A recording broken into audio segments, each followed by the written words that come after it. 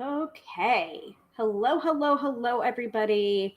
Welcome. Let me go ahead and hide this. And hopefully this is working because I started the broadcast like maybe 2 minutes later than I was supposed to, or 5 minutes later than I was supposed to. So I'm hoping this is still working and you're still under the pre-scheduled, which is talking about the Mary L. Tarot. So if it is not, if it looks a little weird, if you can't hear me or see me, please let me know right now. Please. And I'm going to do my regular tech check because, you know, we had, so therapy, grocery store, home. And in the time that it took us to do that, I was like a couple minutes later than I thought.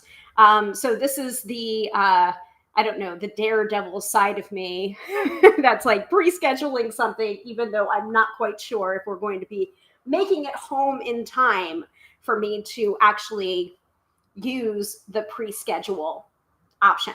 We'll see. But anyway, before I go any further, let me just do the tech check myself to make sure that everything is working. So give me un momento. It looks like it is. I hope it is. Yeah, looks good. Looks good on the Book of Face. Let's just double check the Tube of View. Looks okay. I'm hopeful.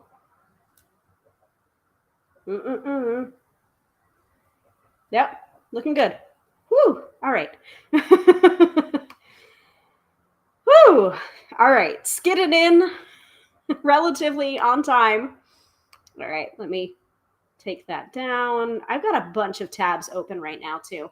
So, whew, breathe. Breathe, calm down. All right, everything is good. And I do have my trusty iced coffee. That is condensating like a mother because it's humid. It's a little bit humid and gross outside. It did stop raining, which is very good because I forgot my umbrella.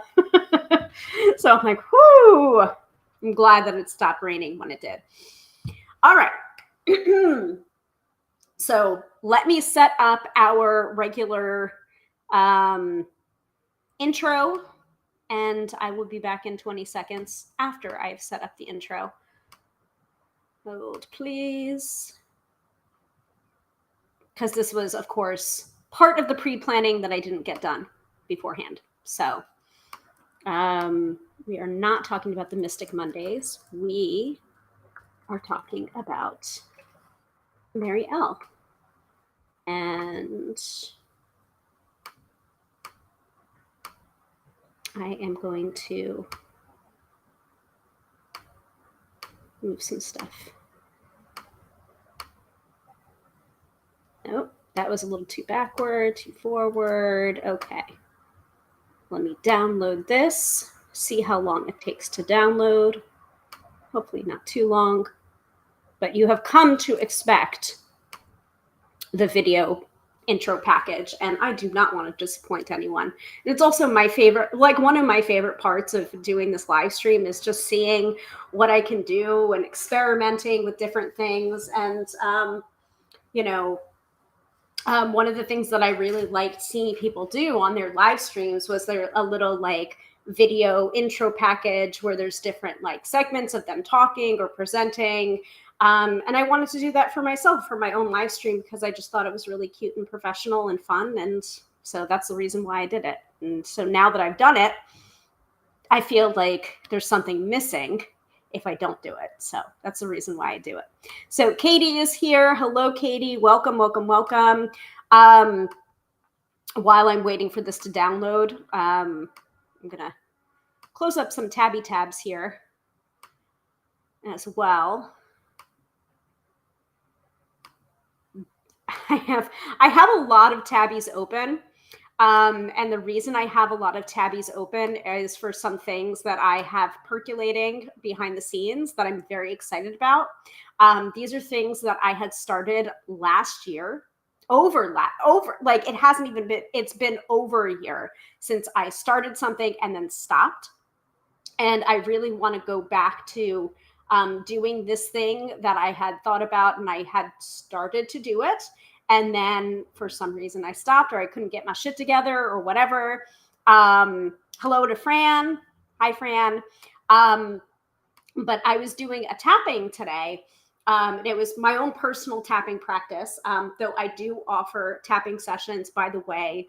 Do not sleep on this offer. I'm doing tapping sessions for half off for the month of October. Use the promo code MAGIC50, MAGIC 50. When you're booking your tapping session with me, you can book below tarotbyhilary.com. And that gives you it half off. And so you can, and I think you can schedule it out into the future. Like it doesn't have to be, you don't have to book in October, but you do have to make your booking or make your appointment in the month of October for the promo code to work, but you can schedule it out. So, you know, like if you know that you're going to need a tapping session in January, like maybe go ahead and schedule that for January so you can take advantage of the half off code now. So it's a thought. But tapping's not going anyway anytime soon. And I know if some of you are sick of it, you know, it's just like, oh, I'm just here for the tarot. Well, that's fine. But if not, and you're interested in the tapping, like, let's talk about tapping, especially using tarot and tapping together. I was just doing a quick, like surprise pop-up session for readings on the Gram of Insta earlier today. And I was mentioning about tapping and tarot and the combination of tarot and tapping. And I really feel like it's like 1 + 1 = 3 when it comes to tarot and tapping. Like the sum of the whole is more than its parts.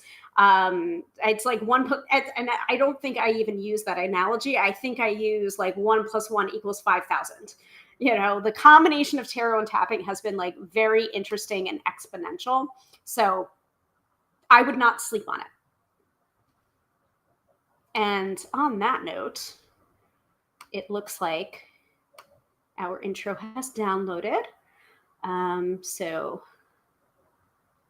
let me go ahead and upload that to my live streaming software. And yeah, that's looking good. And I will be back in about 20 seconds.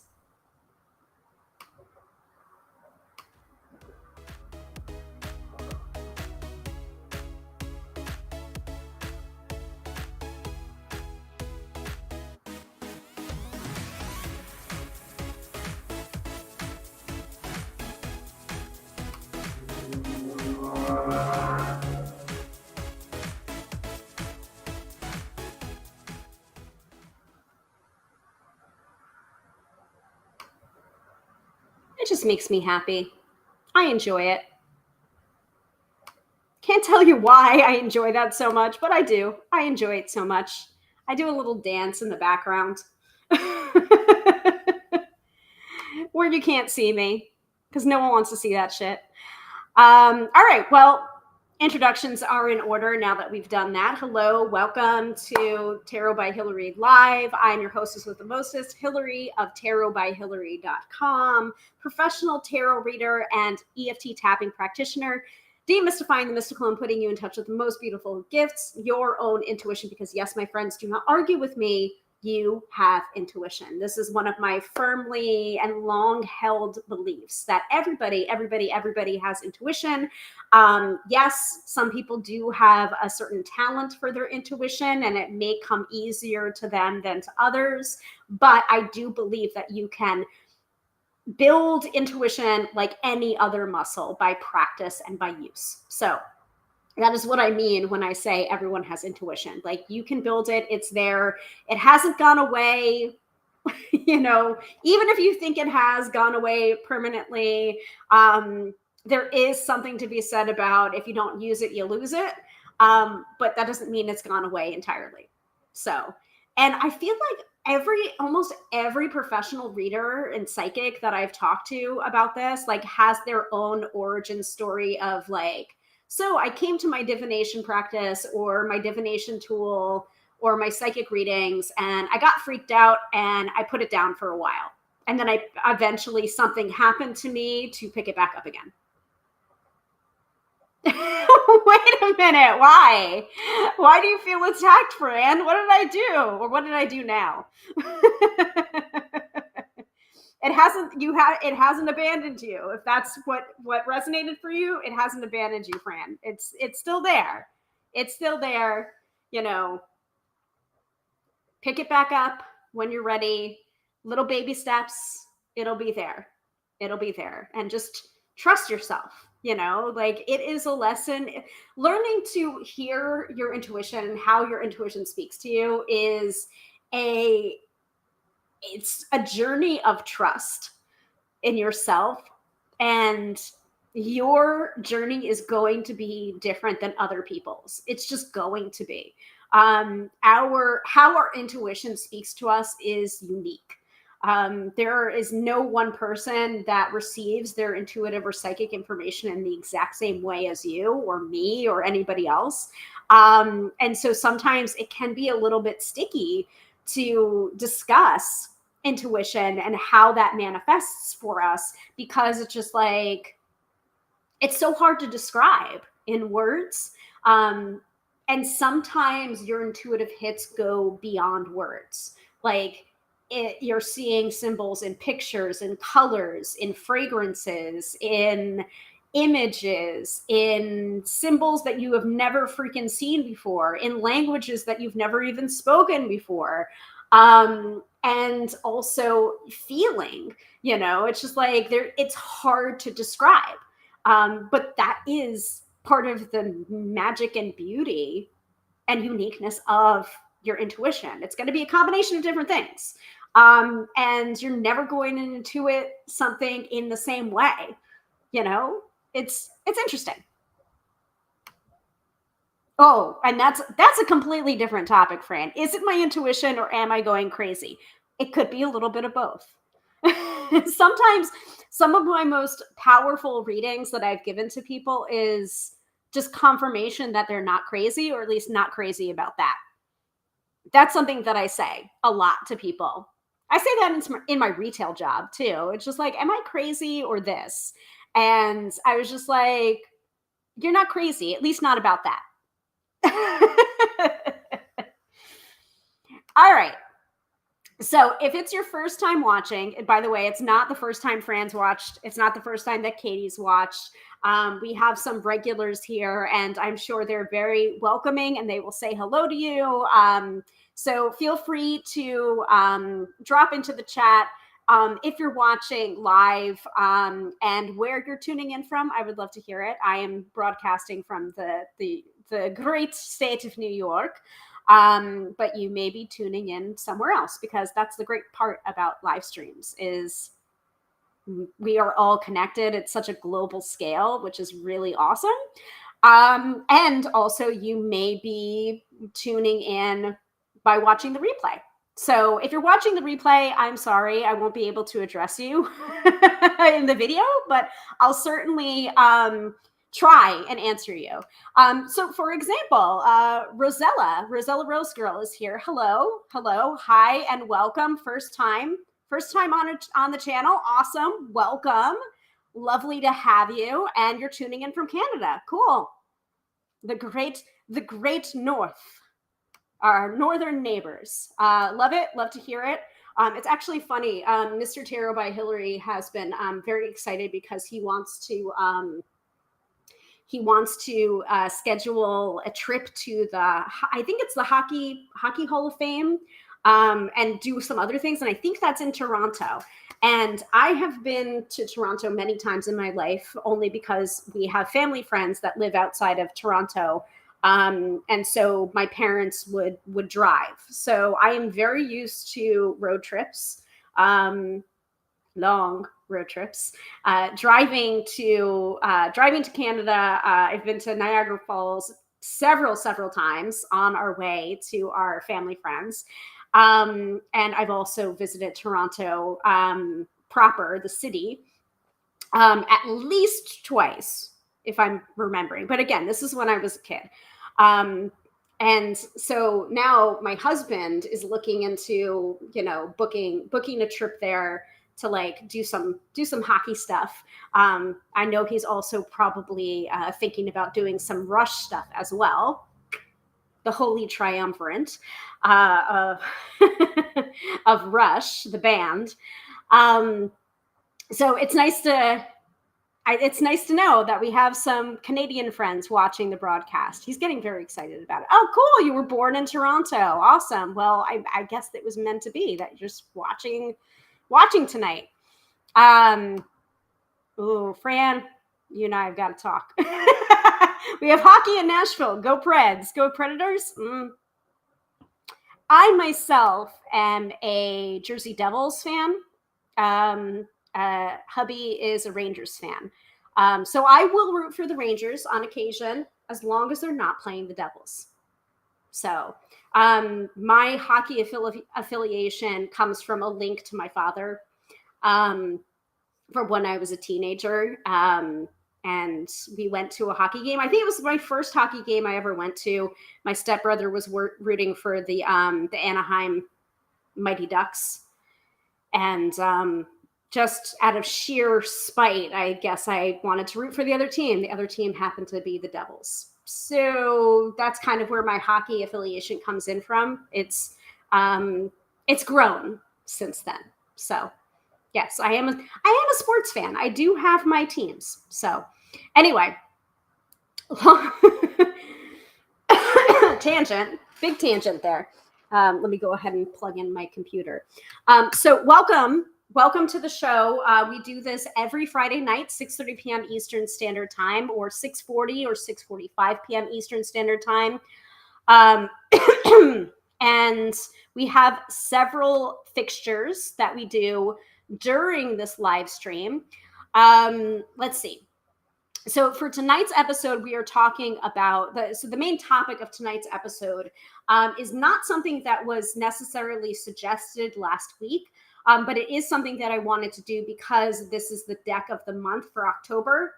And I usually like to feature at least towards the beginning of the month the deck that I'm using for card of the day pulls.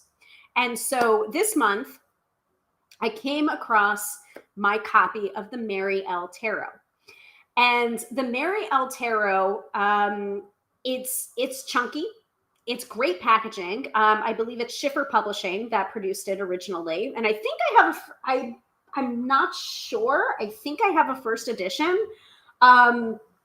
And so it was gathering, like literally it had dust on it. And I'm just like, that is unforgivable, Hilary. You need to dust this deck off because it is a really, really good deck. Now, it's such a good deck that I don't actually use it a lot with my clients. It's the kind of deck that is a very deep deck, and it really pulls no punches. Like it is like if you want a reading right between the eyes, even more so than some of my regular readings, because I mean, like, it's so fascinating to me that the thing that I thought people were not going to like me for, or I thought I was going to scare people off with my readings, is actually the thing that I am now known for my readings, and the reason why people keep coming back to me. And that is that I rarely sugarcoat my readings. And it's just like, if you just want the answer, or if you want to know like how to navigate the situation, it's like kind of a tough love. I guess I'm a tough love kind of reader. I'm not cruel. I don't think I'm cruel. I mean, like, there's several people that watch this live stream that are also my clients. So you can feel free to comment on that if you'd like. I don't think I'm cruel, but I do think there is like an element of being cruel to be kind that is in my readings, but I do try and temper that.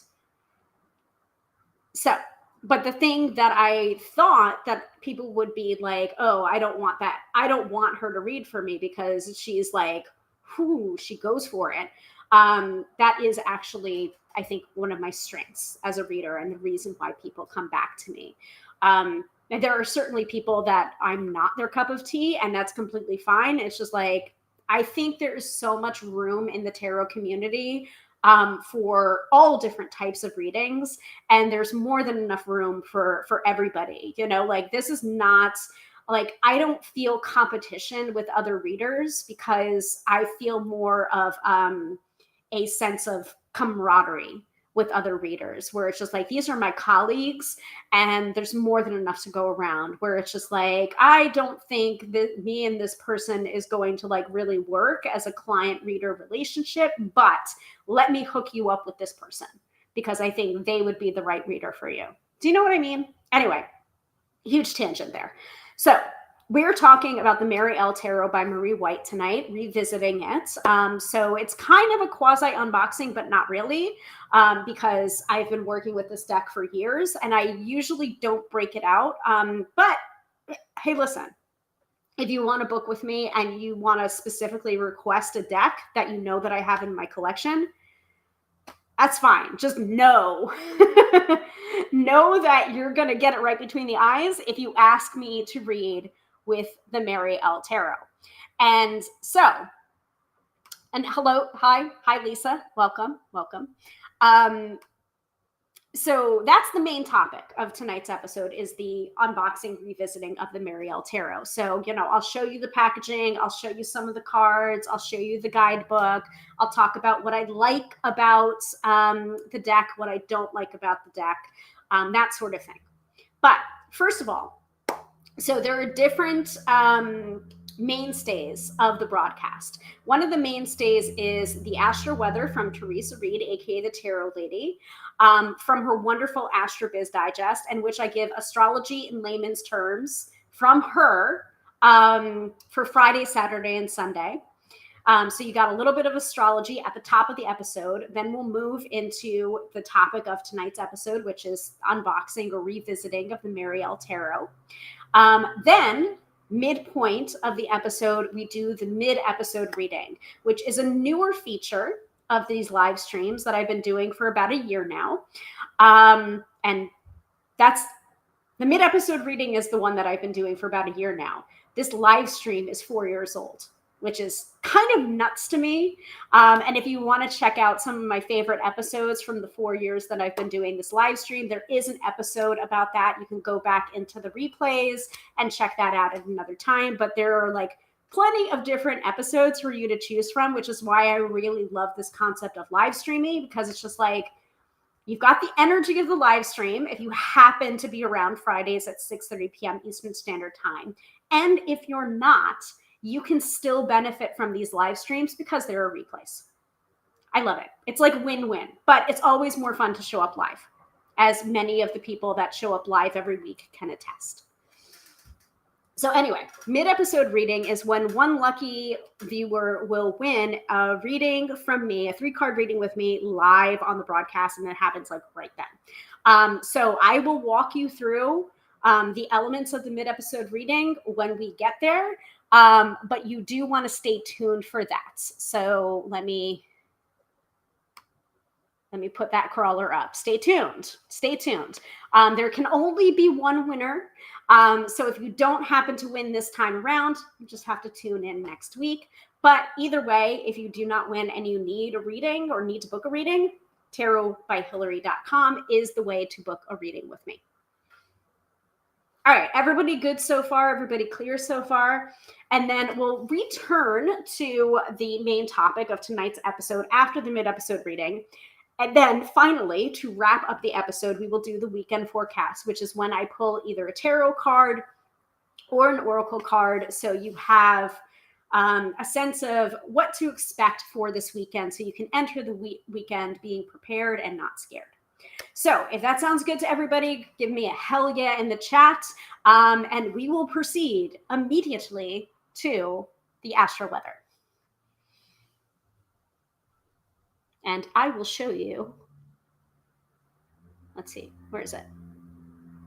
Where is my referral link? Well, it's not really a referral link. It's just like the main link. All right, what do I have here? Okay, that I can take away. Let me show you this. So this is the AstroBiz Digest, showing you that. There we go. Oh, that's really cool. I didn't even know that I could do that. So as you can see, it's $99 for a year-long subscription. That is, you get an email to your email inbox, which gives you a summary of the month, a summary of the week, a summary of the year, sometimes of the different like power days. And yes, it is geared towards entrepreneurs and business owners, but I have found it to be incredibly helpful in my personal life or planning my personal life. But $99 for a year-long subscription, it's like so affordable. And I always like to start the episode with Friday, Saturday, and Sunday from the AstroBiz Digest, just so I can give you a taste of how good it is while also not taking away from Teresa Reed's work. Like, I am trying to put your eyeballs on her work so that you can experience the AstroBiz Digest for yourself.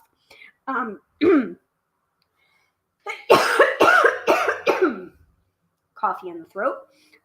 So if you want to purchase that for yourself, the link is in the chat, and you can go ahead and check that out after the episode.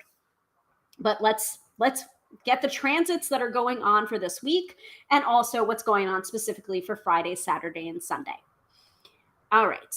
And I think I'm just going to read it from my phone this time around. I've still got a bunch of tabbies going on. And I also want to let you know a little bit about like what to expect, what's coming up from me, especially regarding this live stream, because again, there was something that I started last year and I put the pause on it without even meaning to. And I did my tapping practice today, my own personal tapping practice today, and I got some inspiration and I got some ideas and I immediately acted on those ideas so that I can put the thing that I paused accidentally back in motion again. So we'll talk a little bit more about that, at least before we end the episode for tonight. So remind me, if somebody can remind me to circle back to that, that would be great. Like just say before the end of the episode, tell us your plans. What have you got cooking up so that I remember?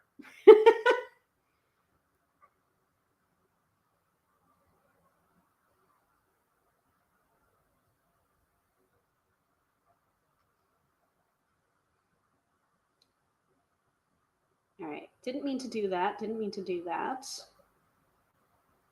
Hold, please. All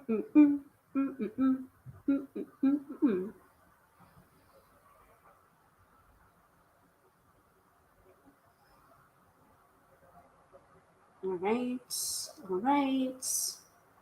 Where is it?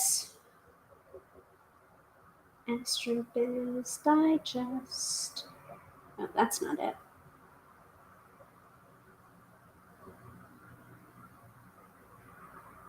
Aha.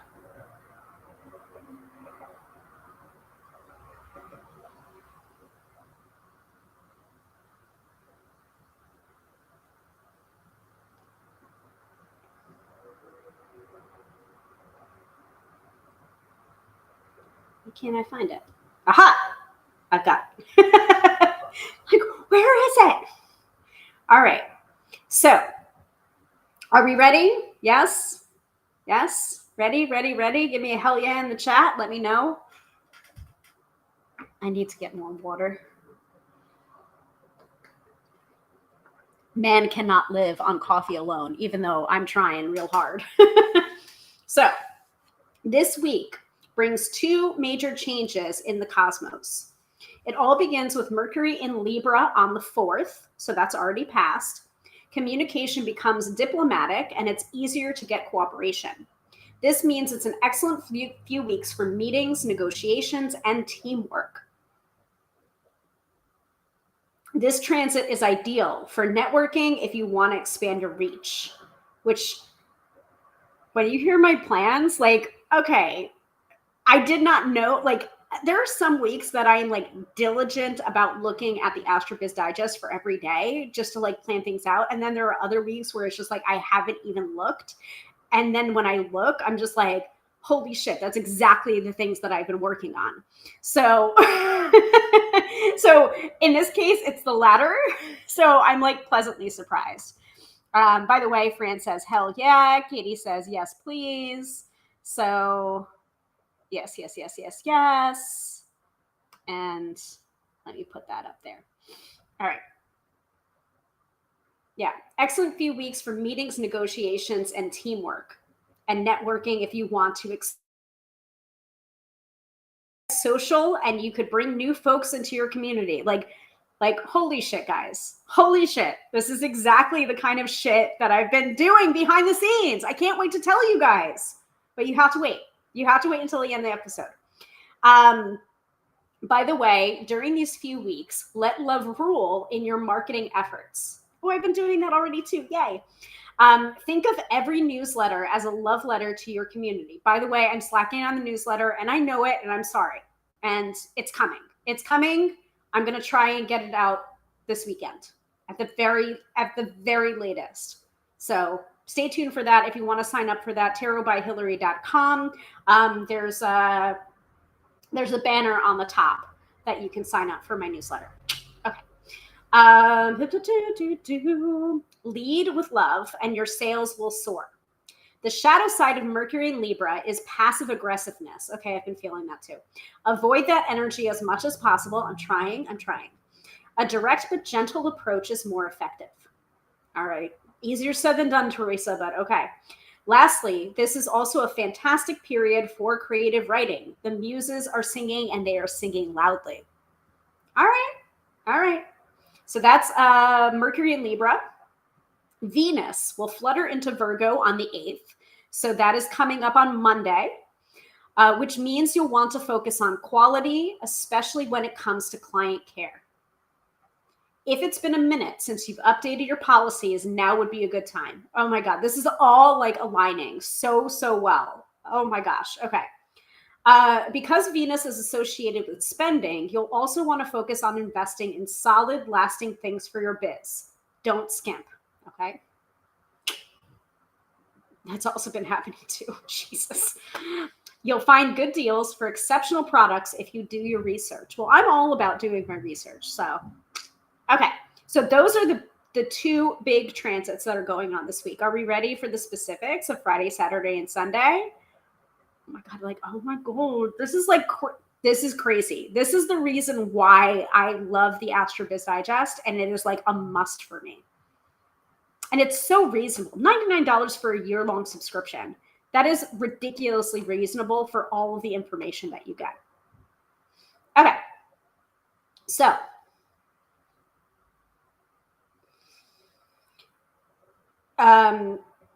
also a reminder when I talk about the power days versus the weekdays, as in WEAK, not week, like days of the week. I mean like week, like lesser. So power days are your best days of the month. On these days, the universe is on your side, which makes them ideal for important meetings, launches, signing contracts, deal making, networking, blah, blah, blah, blah, blah. Weekdays are when the universe isn't your BFF. On these days, you're at a disadvantage. Avoid scheduling important meetings, launches, deal making, or signing contracts during these days. So just a FYI for what I mean when I say power days versus weekdays for that particular astrological sign. So, and again, this is Teresa's work. This is the tarot lady's work here. And these are her words as well. Okay, so Friday. Friday has some minor ups and downs, but overall the cosmos is quiet, which means you can go about your business without too many problems. And I'm going to go ahead and hide this and hide this. Yeah, that's good. And this. Okay. So overall, the cosmos is quiet, which means you can go about your business without too many problems. And today has been extremely productive for me.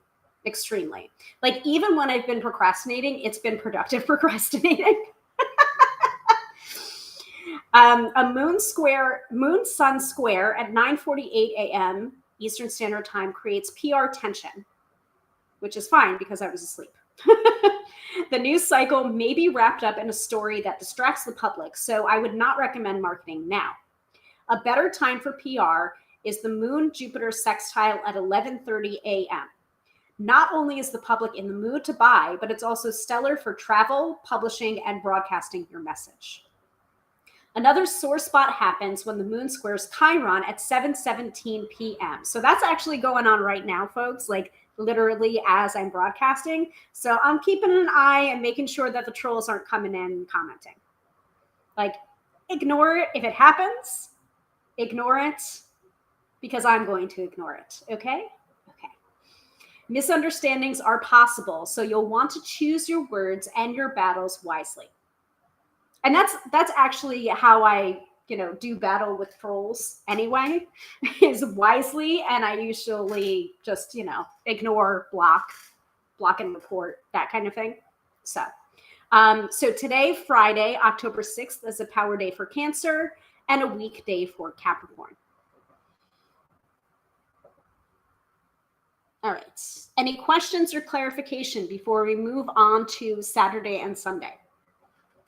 And also, I'm going to have some water so I can catch my breath a little bit because, whoo, it's a lot. Whoa. This weekend is looking really, really busy astrologically. By the way, this is when you see me hydrating, I would recommend drinking some water too. Even if you're just here listening to it in the background or whatever, not really participating, just, kind of percolating on it or taking it all in, drink your water.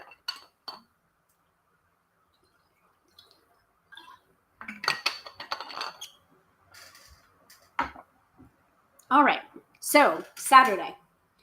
If you're up early on Saturday, the Moon-Uranus sextile at 4:22 a.m. is brilliant for brainstorming. That's a little early for me. Meditate on a few ideas and see what you might create. More creative genius vibes are on tap when the Moon trines Neptune at 10:58 a.m. My plan this morning is reserved for writing and other artsy endeavors. It's too good to pass up or waste on other business activities. Okay, so maybe I'll do the newsletter. I'll write the newsletter tomorrow morning then. So Saturday afternoon is problematic for business thanks to two harsh aspects. The Moon-Mars square at 1:25 p.m. and the Moon-Pluto opposition at 3:12 p.m. Take a break, stay offline, avoid arguments. It's better that way. Once La Luna skitters into Leo at 7:24 p.m., it's your green light to grab the mic and make all the noise. This lunation is perfect for flashy marketing, glam events, and dynamic presentations. If you're on stage at that time, you're in luck. You can capture eyes and hearts, winning. So Sunday morning is super fab for public speaking and PR once the moon sextiles Mercury at 7:47 a.m.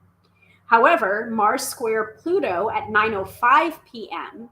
turns the evening and the following day into a power struggle shit show. Passive-aggressive types and drama llamas are looking to get theirs, so don't be shocked if folks attempt to step all over you. Ew.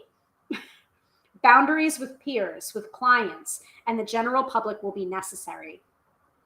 Venus will be in prim Virgo at 9:11 p.m., which we already spoke about. Lastly, the moon squares Jupiter at 10:55 p.m., which is like throwing kerosene on a raging fire. If something or someone is getting stupid, get the hell out of there. Just because everyone is doing it doesn't mean that you need to get involved. Frankly, I'd recommend taking Sunday off if you can. So Saturday is a power day for Cancer and a weekday for Capricorn, and Sunday is a power day for Leo and a weekday for Aquarius. Whew. Shut up. And also, if you're subscribed to the Astro Biz Digest, you do get a tarot card for the week, and this is ridiculous because literally the Emperor card has been stalking me and also stalking my clients a little bit. Like it popped up during the surprise pop-up that I did this afternoon on the gram of Insta, and tarot card of the week from the tarot lady, the Emperor. Because of course it would. So you guys are going to get an extra. I've got to read this. So the Emperor, discipline is not a dirty word, yet we often cringe when we hear folks speak about it. Hard work is needed sometimes if we want to build an empire. This week, focus on what needs to be done. Create a solid plan, then put your head down until the job is done. You may have to manage your team, but ultimately, much of your success will come down to your ability to remain disciplined. Okay, T-Thug. Okay. All right. I hear you. I hear you. I hear you loud and clear, loud and clear. Got it. So before we move on to looking at the Mary L. Tarot, does anyone have any questions about the astrology that's going on this week? Was Monday particularly weird for you, or was Tuesday a little bit strange, or Wednesday was wonky? Let me know in the chat. I will briefly look at the AstroBiz Digest and let you know what was going on in the stars for that day, just so you can get a little bit of understanding around whatever happened for you. Then we'll move into the Mary L. Tarot. Damn.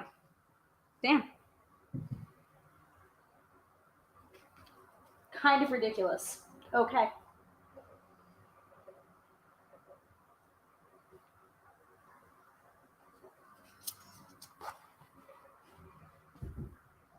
I'll give you like a minute or so, and then we'll move on. Okay. Well, that was quick. Fran says that Thursday was a kick in the pants. Okay, let's take a look at Thursday.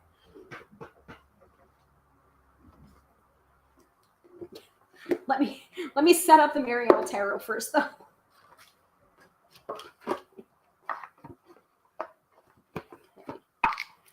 Because I want to set this up as if you were opening this box fresh-ish. So, and also I can show you about like one of my pet peeves. All right, we're good to go with Mary L. Tarot. Okay. Thursday was a kick in the pants. Let's take a look at Thursday. Moon goes home to Cancer. The next few days puts the public in emo mode. So you want to be sensitive in your communications. Moon in Cancer. Okay, I've been getting that too. It's also an excellent time to spruce up your office and address client concerns. There was also a Moon square Mercury. Not the right time to push anything, lay low, put energy into projects that require attention. Moon trine Saturn for concentration. Busy hands and minds equals less drama. And then the afternoon and evening are more chill. Power day for Cancer, weekday for Capricorn. So if you happen to have Capricorn figuring strongly in your natal chart, Fran, that might also be the reason that Thursday was a kick in the pants. But it could have been, I'm tending towards it was probably Moon and Cancer. People were really like in their feels yesterday. like super, super sensitive yesterday. At least that was my experience. So, anybody else? Anybody else?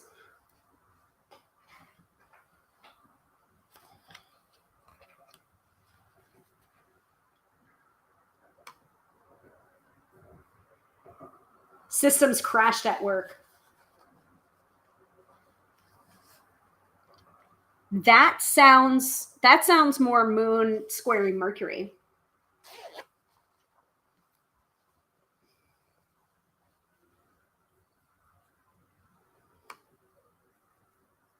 Dina's here. Hi,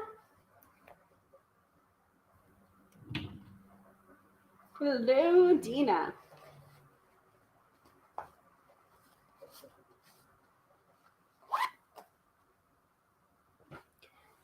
All right.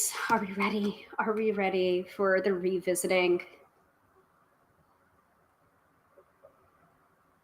Oh my goodness.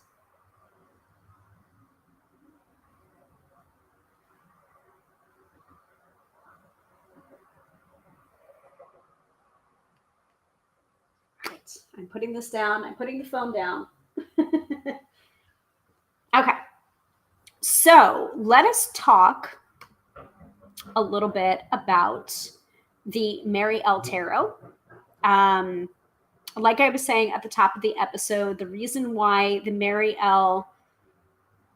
Tarot is the deck of the month is because I saw it gathering dust. Like literally there was dust on the top of it. And I'm just like, that's a shame. And that's my fault. Because the Mary L. Tarot is such a good deck.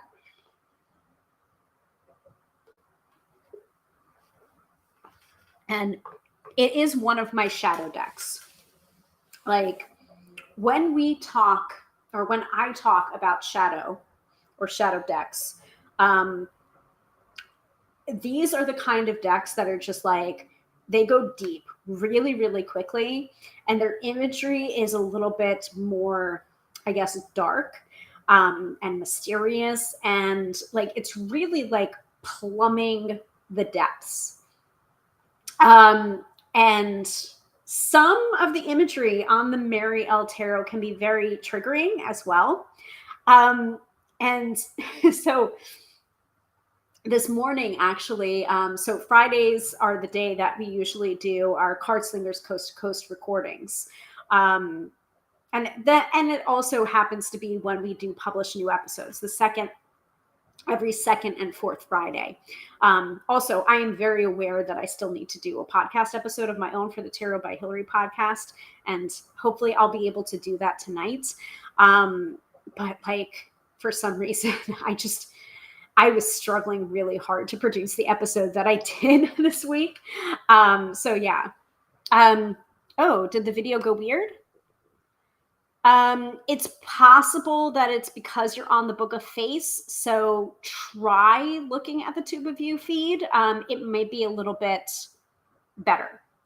Only because I've already gotten like every single episode that I've been doing now I've been getting an alert saying like the Book of Face, has stopped streaming because you're like in violation of the terms of service. I don't know why. My topics have always been a little bit weird and woo. So not sure why that's happening. So check your settings. And if you're having an issue, switch over to the Tube of View. It's not me, or it is me. It's me. Hi, I'm the problem. It's me. It could also be like the buffering as well. It just happens. But let me know if it happens again, though. Not that there's anything I could possibly do about it, but I'll try. Where was I? Mary L. Deep diving. Oh, so we were recording, or we didn't actually record a Card Slingers episode today. so, but we did like check in with each other. So like most of the time we're going to be checking in with each other every Friday, even if we don't record, because we do try and batch our recordings, so that we can release them when we want to. It's a little bit timey-wimey, wibbly wobbly. Um, hopefully everyone's okay. Can you hear that siren? Okay. Yeah, then that's just the third party app buffering. Cool. Thank you for letting me know. Um, so when I was talking to Jamie and Melissa about, the plans that I had for today, basically what I was doing for my live stream, I said, oh, well, I'm gonna do the revisiting of the Marielle Tarot, considering it's the deck of the month for this month. And Melissa just started laughing. And she was like, well, you know what I call it. And it's just like, she calls it the dick deck, because there is quite a bit of nudity on this deck. I'm not going to lie. And if the Book of Face is going to say that I'm violating the terms of service, well, maybe this is the video that would do it, but I haven't even shown it yet. So, but there are some cards that involve full nudity, on the Marielle Tarot. So, there are certain readers that kind of are like, about the Marielle Tarot. It's just like, or too much nudity, or too much unnecessary nudity, or whatever. And then there are other readers that are just like, oh, like, I really like this deck, or I like the sensibilities of this deck. But just so you know, Liz calls this the dick deck. And I'm just going to put that out there from the get-go. But it makes me laugh that she calls it the dick deck. And I think we've talked about this on a previous Card Slingers Coast to Coast episode. So let's just get into the Marielle Tarot. And as we go, I will explain what I like about the deck, what attracts me to the deck, the part of the reason why I consider it kind of like a shadow deck. It's mostly the imagery. And I will say that the Marielle Tarot, I don't know what it is about it. Maybe it's because it was designed this way. I feel like it's a kind of a weird combination between a Rider-Waite-Smith deck and a Thoth or Thoth deck. Because some of the imagery, it like completely deviates from the Rider-Waite-Smith. And then there's other imagery that like really aligns with it, depending on the card. Like, what was it? I think I was pulling, what did I pull? I think I pulled like the nine of discs, or the 9 of pentacles. And I'm not sure if this was today or yesterday. But that, it's very, it's not Bamba Mat, but it's another kind of like, it looks very pagan. And it has this Kabbalistic feel to it sometimes too. So without further ado, I will show you the box. Try and recreate the experience here. So here's the Marielle Tarot. This is the box. It was published by Schiffer in 2012, and it's by Marie White. So Schiffer is a fantastic company. And they really do, like, a lot of tarot deck producers have been really doing right by tarot readers lately, especially with their packaging. Like, this is not flimsy packaging here, folks. And you've got this, you've got this, you've got this, and it's quite large. Like, it is bigger than my face. Not that my face is huge, but it is quite significant. She hefty. She got girth.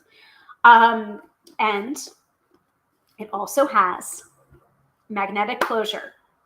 Now, if you've seen my unboxings before, or my revisiting of different decks before, you know we stand a good magnetic closure here at the Tarot by Hilary live stream. Here, let me put that up to the microphone. Nice. Beautiful.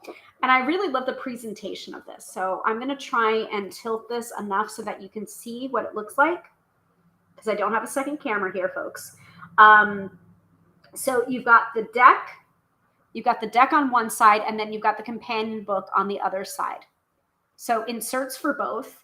And so that way, when you want to put it away, you can put it away and you can feel like it's not gonna, like, it's not here. That's upside down. Upside down, that magnetic closure is not going to give, which I like. That way you can throw it into your reading bag and not feel like this box is going to open and all of your cards are going to go everywhere. With some decks, that's happened before and I don't like it. And I've had to use like my hair elastic and to wrap around it to make sure that it keeps closed. Not for this deck, folks. Not for this deck. So I really do like the box for that. And that way you can just take out the book. Here's something, here's my ick. Here's what I don't like about it. I would have really loved for them to provide, like, see, you've got the ribbon strings here attached to the box. I would really have loved if they had a ribbon string to go underneath the deck so that you can pull out the deck a little bit easier. It's a small quibble, but it is still a quibble. So what I have to do to get this out is I either have to take out a portion of these or I have to flip it over to be able to get the entire deck out. So I would have loved if there was a ribbon to be able to pull the ribbon to take out the deck as a whole. It's small. It's a small quibble, but it's still a quibble.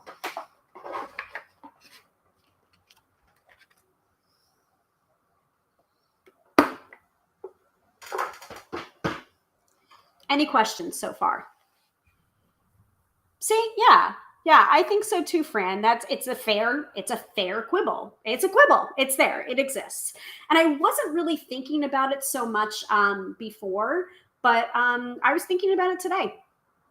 I was just like, you know what? I have to remember to say that during the revisiting because it's there, you know, and I might have to just add one myself.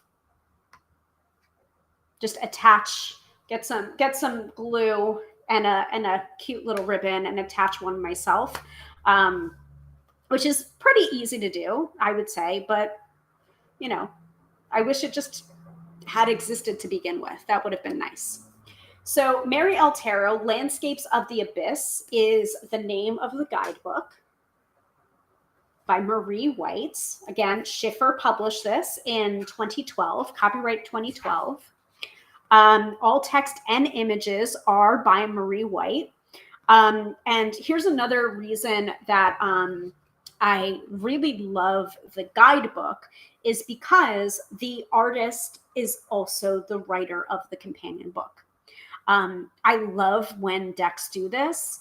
That will probably not be the case if I ever produce a tarot deck of my own because that's just not one of my talents, unless of course you want a stick figure tarot, but I think they've already done that. I don't necessarily have that level of talent.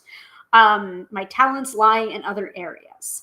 So, but when the tarot deck creator is also the writer of the companion book, it just makes a lot of sense.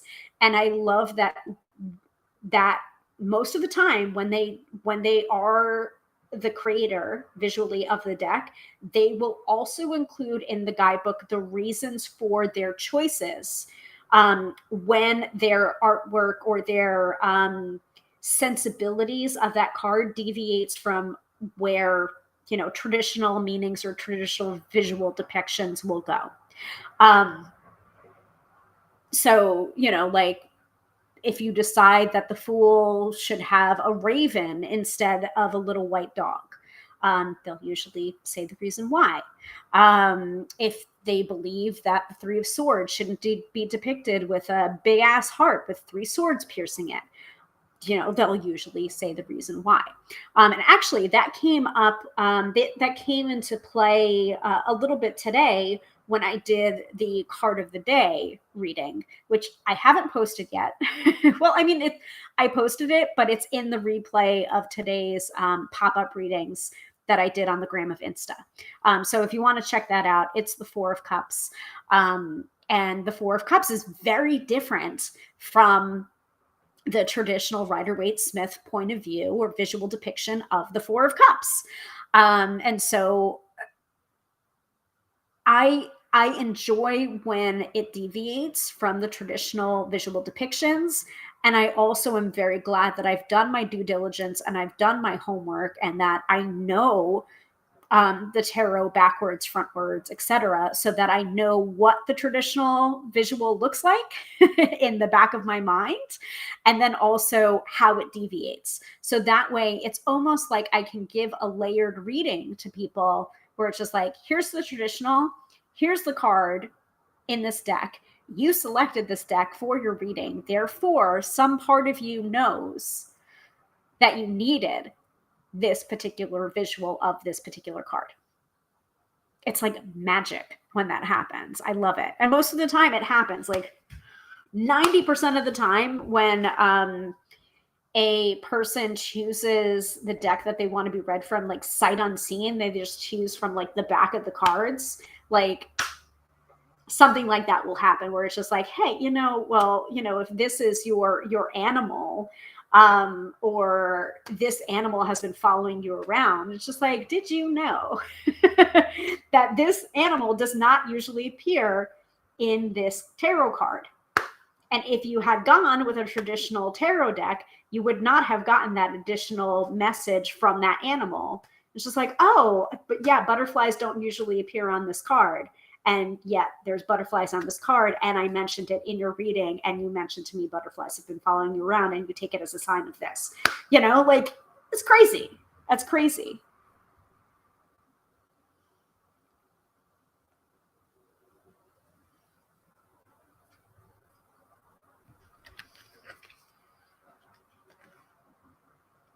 All right, so 2012, Marie White, beautiful deck. So the companion book comes in different parts. So part 1 is an introduction to the tarot. Part 2 is the major arcana. Part 3 are the numbered cards, or the minor arcana. The minor arcana pip cards, A's through 10. And part 4 is the tarot court. And then part 5 is using tarot, different learning tarots, different spreads, daily reading spread, relationship spread, yes or no spread, past life spread, tetratic spread, and conclusion, bibliography, and notes, all of that kind of stuff. Okay. And that also reminds me, and I keep on forgetting to do this, so someone's going to have to remind me to do this too. Doing a reading, a spread that's specific to that deck, because I just haven't been doing it, because most of the time I just pull 3 cards, or I pull 1 card. So someone needs to remind me before the end of the month to do one of the spreads from the companion book, like the relationship spread, or the yes or no spread, or the past life spread, or the tetratis spread. What you want, what you know, what you feel, what reality is, your weakness in the matter. Oh, it's a pyramid. I see. Heart of the matter, your strength, advice from your devil, advice from your angel, and final outcome. I see.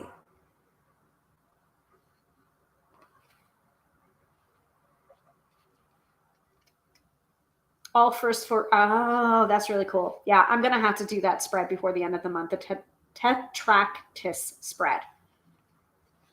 So, but someone's got to remind me, otherwise I'm not going to end up doing it. So each of the cards, so this is a black and white grayscale companion book. So there is an image of each of the cards in here, but in black and white.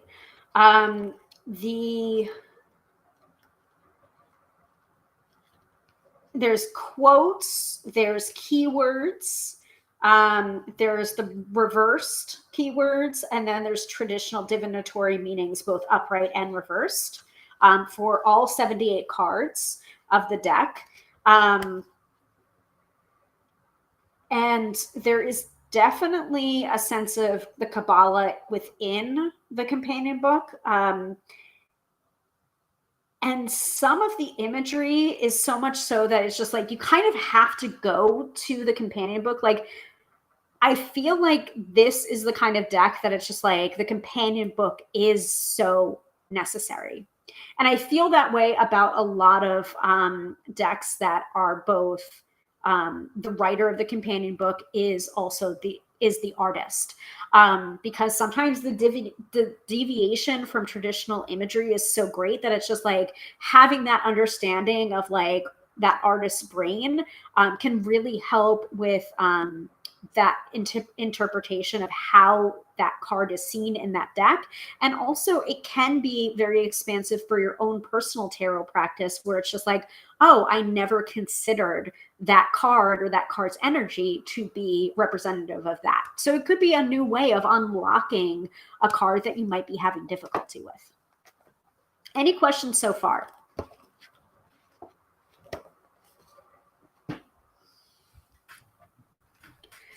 So I want to do something a little bit different here. And I feel like we did this when we did the Mystic Mondays revisiting of the Mystic Mondays tarot deck, or quasi unboxing, quasi revisiting, whatever the hell it was for Mystic Mondays, which was last month's deck.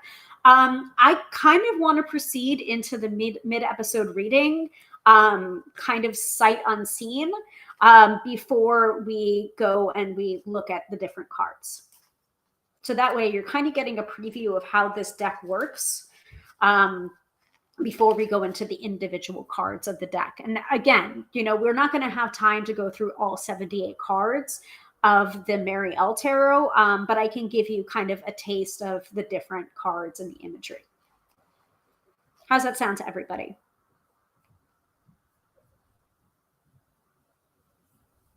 All right, Fran says that works.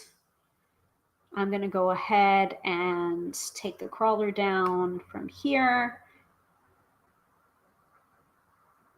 And let us put up the mid-episode reading. So the mid-episode reading, Katie says, sounds good, and I'll be very quiet. I definitely get an Elmer Fudd sense of that. Very quiet. Are you hunting rabbits? So the mid-episode reading is very easy to participate in. And we have gotten a little bit of an allusion to how to participate from Katie. Is I'm going to go ahead, I'm going to say what I'm doing before I do it. So I'm going to go ahead and put up the lottery jar and the comment snake. And what you're going to do is you're going to comment. So comment something nice. Comment something nice. Comment something like tarot or Marielle or reading or whatever. That comment will get picked up by the comment snake, and your profile image will be dropped into the lottery jar. And once we have enough people or enough time has passed, I'm going to go ahead and click on get a winner. And that person will get a reading. And so once that happens, I will prompt them for, okay, you know, like, congratulations, you've won the reading. Go ahead and submit your question. Now, if you don't submit your question within like a couple of minutes, I'm going to have to select another person. Go hit the get a winner button again. But most of the time that hasn't happened. So yeah, that's the mid-episode reading. And I will pull 3 cards based on your question from the Mary L Tarot, after shuffling thoroughly, of course. And I will give you a reading from the Mary L Tarot. And then you can kind of see the tarot deck in action. And And Fran's comment is, do they have Bugs Bunny in Australia? I'm sure they do. I would assume so. No?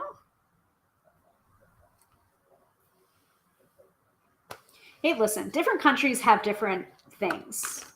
You know, my family's from Britain, so we're English, and I didn't think that. I mean, I grew up here. I grew up in the United States, but my childhood was a little bit different because the things that I would read as a child were things that kids in England had or were interested in, like the Beano and the Dandy. So those were our comic books, Beano, Dandy. Hopefully they haven't been thrown out, even though I might have gone on a kick and been like, it's okay, you can get rid of them. But you know, I've been a little bit nostalgic lately, and I'm hoping that those things didn't go anywhere, but they might have. Who knows? But Banana Man, that might be British based. I don't know. Danger Mouse, definitely British. So I don't know how universal or globally known Bugs Bunny is, but I can assume. Who knows? Like the Beano, I think it was Beano or Dandy, I can't remember which one, had Dennis the Menace, but it was not the Dennis the Menace of the United States.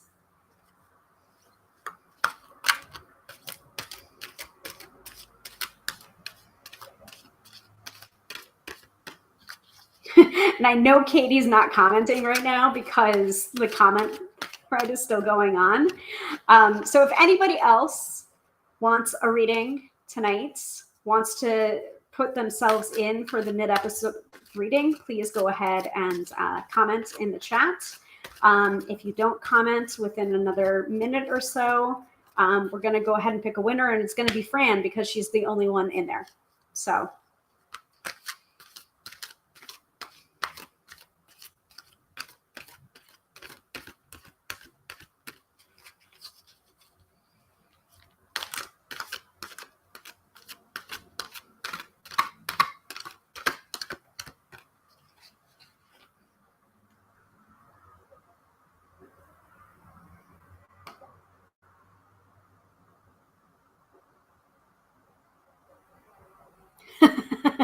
yeah, exactly. She hearted it, so I'm going to use my intuition and go with yes. Okay, cool. All right. 10 seconds. 9, 8, 7, 6, 5, 4, 3, 2, 1. Get a winner. It's gonna be Fran because she's the only one that put it in for today. So Fran, go ahead and yep. There's a thumbs up right there afterwards. I get it, Katie. I get it.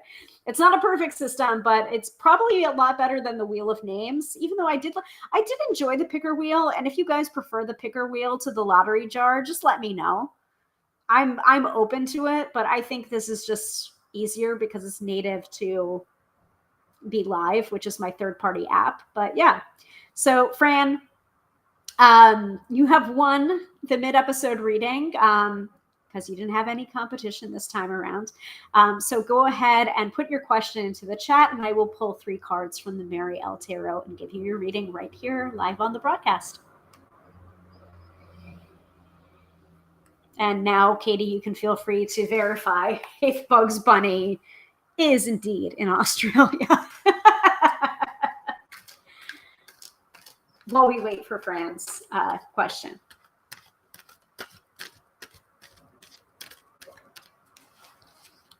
And actually, while we're waiting for Fran's question, I'm going to get up and go put my dinner in the fridge because I realize I left it out. Mr. Tarot by Hilary is not going to be happy with me that I didn't eat my dinner before broadcasting, but you know. And Fran's question is there. I'll let it pop up, but I still need to go put that in the fridge. So I will be right back.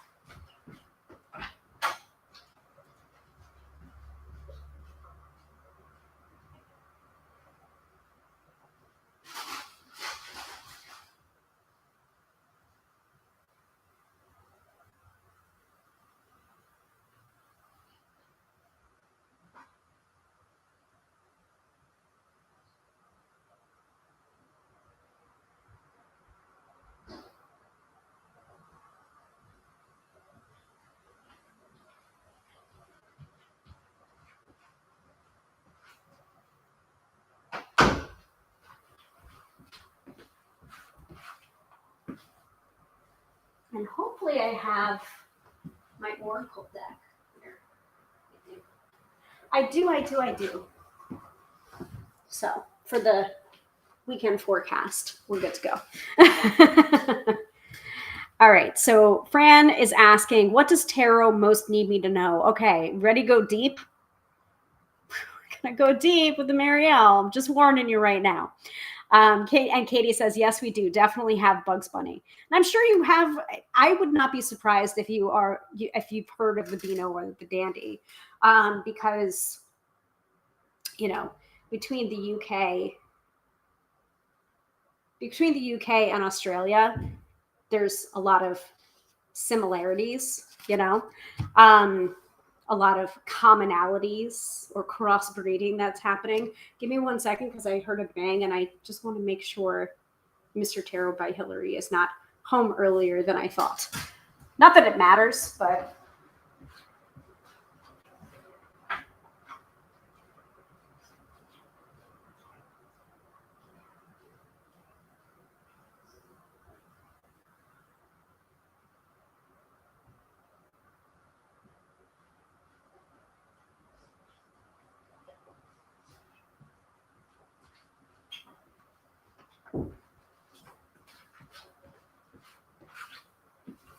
okay, we're good.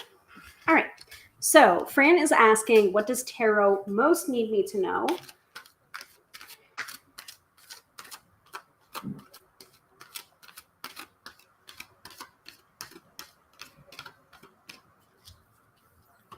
Oh, and I need to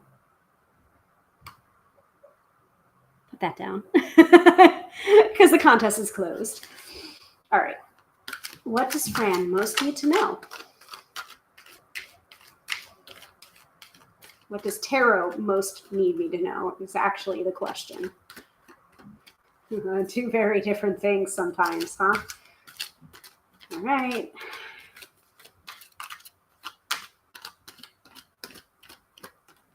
Okay.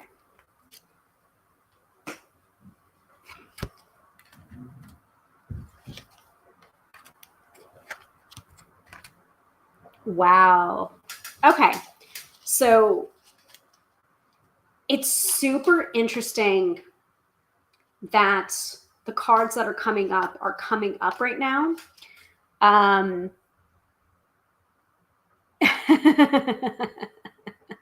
Friends saying, I eat raw cookie. I like living on the edge. Yeah, it's woo-hoo-hoo. So I want to call out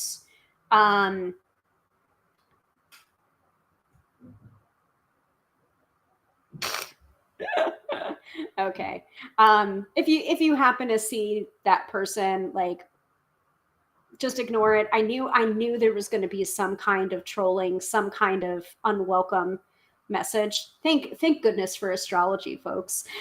Please go ahead and ignore it. I'm not affiliated with the person that's basically soliciting readings in the chat right now. Okay. So I think it's super interesting that we started the episode with Fran saying, I feel attacked. Is it my intuition or am I going crazy? Right? Like feeling called out about, like, yes, you have intuition like any other muscle, you know, it builds, and no, it has not abandoned you. Okay. The reason why I'm saying that, the reason why I'm giving you that little callback there, Fran, is because you do have the High Priestess coming up in your reading. And it is reversed. So it's just like, it's there. Like, and there's something that you've been second guessing. Stop second guessing it. Your intuition is correct. Sometimes the interpretation is not going to be as literal as you want it to be, but sometimes it is. Like, sometimes a cave is a cave. Sometimes a cigar is just a cigar, and sometimes it's not. But the reason why I'm saying this is because of the reaction. I feel attacked. Yes, you do have intuition. Yes, it hasn't abandoned you. I think that's the feeling of the attack. The High Priestess card is coming up reversed, smack dab in the middle of the reading. So that's the first thing I'm going to say to you. It hasn't abandoned you. Whenever I see the High Priestess reversed, it is my sign of every time I have second guessed myself or not listened to my intuition that I have been bitten in the ass for. And this is also part of the reason of my placement of my tattoo, which is the High Priestess tarot card. Everyone sees it upright, but to me, I see her reversed. And that is my reminder every single freaking day of my life. Every single moment, I can look down at my arm and she's giving me the bitch, please, you know what you know, and know what you know. You have intuition. It hasn't abandoned you. Remind yourself, because I know if I have stories like that, you have stories of that, where it's just like, I knew it and I should have listened. I should have listened. I should have listened. I should have listened. Don't let this situation, whatever it is, and I'm sure the first thing that comes to mind is probably the thing, don't let this situation be another example of that. Okay. Told you, right between the eyes, man. I'm not joking around about this deck. But the first card that's coming up is the Page of Wands reversed. This feels like a very like tongue-in-cheek, biting, like there's something that you need to say, but no matter how you say it, or who you like, depending on who it is that you need to say it to, like no matter how you say it, it's gonna be a problem no matter how you say it. And it feels like what I'm getting is like I'm literally getting that taste of blood in my mouth from biting the inside of my cheek to stop myself from saying the things that I want to say. Now, remember that the Page of Wands here is reversed. When the Page of Wands is upright, it's very like bombastic. It's very like immature, like it's a lot of feelings, even though it's not cups, a lot of passion. It's just like, where does this go? Where does this energy go to when it's reversed? It's going inside. You have to be able to find some healthy outlet so that you're not internalizing all of these feelings or all of this expression that has gone unexpressed. Like there's only so much that you can bite the inside of your cheek about before you're going to explode. Don't take it out on yourself right now. There's such a pushing down going on. It's got to come out in some way. And if you don't choose in which way it comes out, it's going to come out in a way that you don't want. Let me know how I'm doing so far, Fran. Now, what I was saying before, High Priestess in the middle, reversed. I'll go ahead and flip her over so you can see the imagery here. And I don't have anything more to say about the High Priestess in the middle, smack in the middle and reversed. It hasn't left you. It hasn't left you. Don't let this be the situation that in hindsight, you're just like, I should have listened. I should have listened. And if you're having trouble connecting, try a different divination system. If it's usually this way, if it's usually blank way that you connect, and that feels like the tap is off, try something different. Don't keep on banging your head against the same wall, hoping for a different outcome. I mean, like, what's the definition of insanity? Doing the same thing over and over again and expecting different results. In that case, like, yes, you may be crazy because you're expecting a different result from doing the same thing. But also, there is a little nugget of that Emperor card coming up, which has been stalking me, also happened to be the card of the week from the tarot lady, where it's just like, discipline's not fun, it's not sexy, but eventually something will happen from all of that hard work. You don't know, like, it's just like, put in that work. But also don't force it. It's hard. It's such a contradiction. I get it.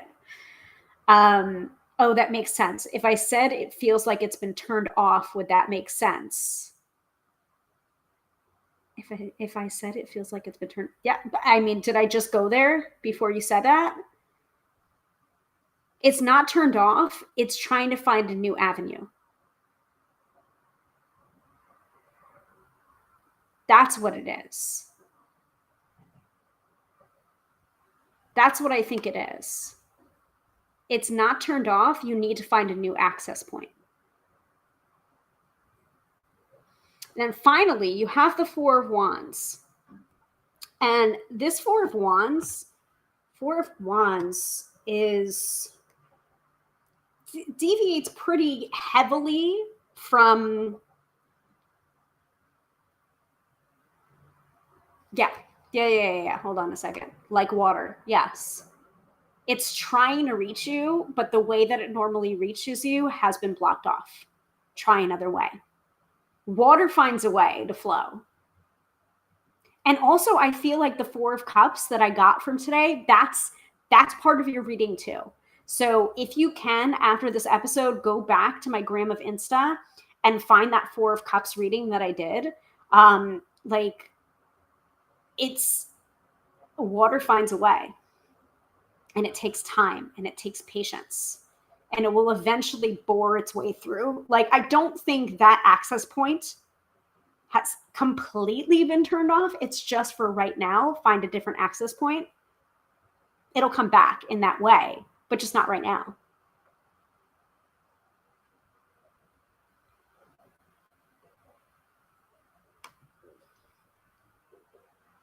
So Four of Wands is a lot different than the Rider-Waite-Smith Four of Wands, which is usually that, like, almost that wedding floral, like, chuppah, and the two figures raising their arms and sharing the bouquet and saying, like, yay, we did it. It's almost like this scene of like a marriage or a gathering or a celebration or something like that. This Four of Wands, very, very different. This is almost like, I'm getting that phrase of you can't see the forest through the trees. Quite literally, because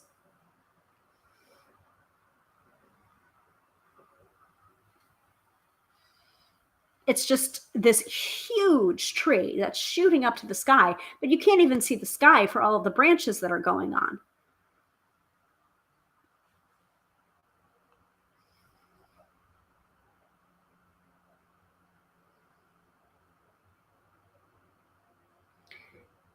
I'm also getting like something about wood, something about roots as well.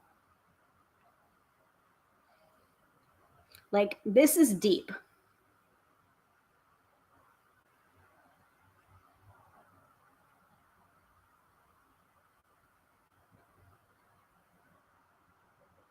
I'm also getting a little bit of a tapping guidance as well, because there's this thing that the tapping solution does, which is called the tapping tree, where it's a visual of the tree, the roots, the branches, the stem, the trunk, and what that represents in tapping. And most of the time, the symptoms that we're trying to tap on or tap away or whatever are the leaves. And the tapping is most effective when you can get down to the trunk and the roots, which are the underlying beliefs. So I would like to, your tarot and tapping homework is to tap on your feelings about imposter syndrome, first of all. Who am I to be psychic? Who am I to know these things? Anything else that comes up around this.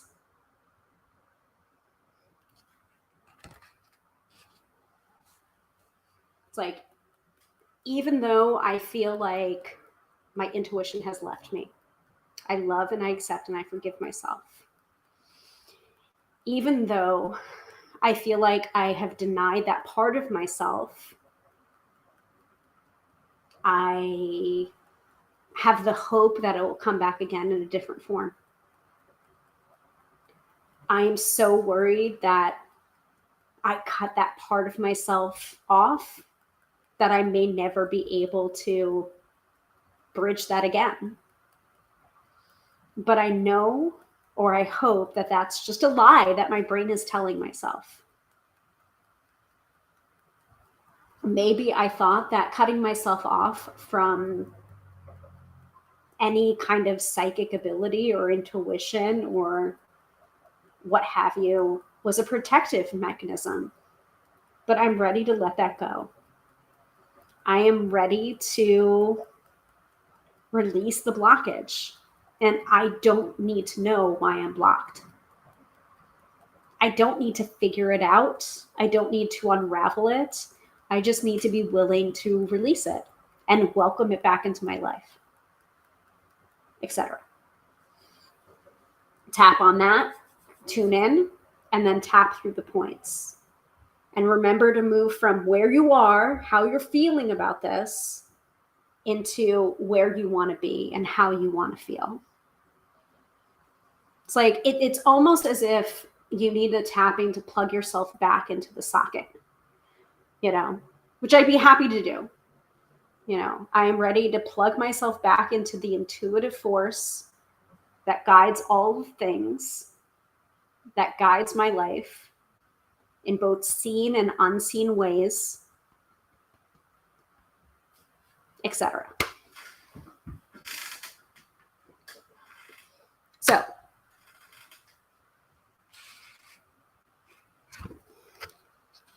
yeah. Four of Wands. That card image looks like it's trying to break out of the ground. Okay, so you're looking even deeper. I thought it was a tree trunk up above the ground, but you're saying it's the roots trying to come out of the ground. So goes with the water thought. Water will find a way. What is it from Jurassic Park? Like, life finds a way, right? All right. So let's go to the guidebook for some of these cards, because some of these cards, honestly, it deviates from the traditional depiction of the tarot cards. It does. So first off, we've got the Page of Wands, and the Page of Wands is reversed. Now, it's interesting that the Page of Wands is coming up reversed, because earlier I did a reading for someone on the gram of Insta, and Page of Wands also came up, but for her it came up upright. And of course, it's a completely different situation, different reading, what have you, right? Hits home hard. Okay, awesome. I told you. I told you. It's the Marielle. Marielle doesn't fuck around. It is, whew, it'll go for you every single time. So thank you again for your vulnerability and your willingness to be read on a live stream. I appreciate it. So people who have belief will always be stronger than those who do not. The Page of Wands was inspired by Joan of Arc and represents the great things that can be done when one is moved by faith and acts on what they were divinely inspired to do. So it's almost as if you're waiting for that information to be able to act. And sometimes it has to come from the other way. Action begets movement. You will get, action begets information, not information begets action. It's different. It's flipped on its head. That may be the reason why the Page of Wands is reversed. She carries Joan of Arc's sword. The king had offered her a sword, but she refused, instead requesting a sword her voices told her was buried behind the altar in the chapel of St. Catherine de Fierbois. Fierbois? I don't speak French. Sorry, guys. It was found, and thus she took the symbolic arms, not of any country, but of God. So also ask yourself, where does intuition come from? If not some kind of divine presence or divinity, or your part of divinity.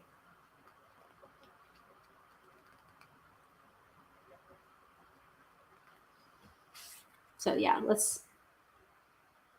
there's a lot going on. She's holding the banner. Yeah, sword and the banner. Banner in this card is decorated with symbols of Jesus, Mary, and the Holy Ghost. A sword a lily, and a descending dove. And the words Mary and L, Mary L Tarot, Mary and L, as she is the symbol for divine inspiration and the standard bearer of this collection of art and word.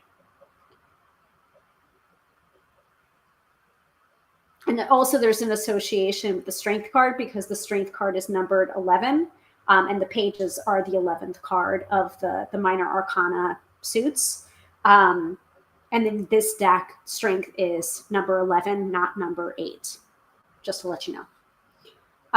So the reversed meaning for this is lack of faith, lack of enthusiasm, or lack of inspiration.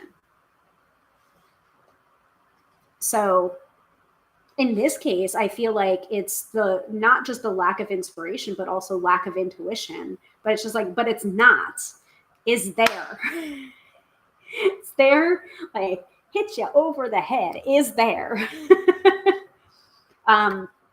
Super interested to see what the High Priestess is in this. I mean, like, or what she says about the High Priestess. What is it?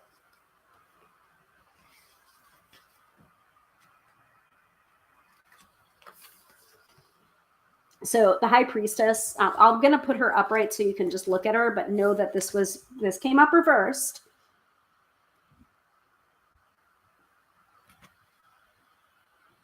I am all that has been and is and shall be, and my robe no mortal has yet uncovered.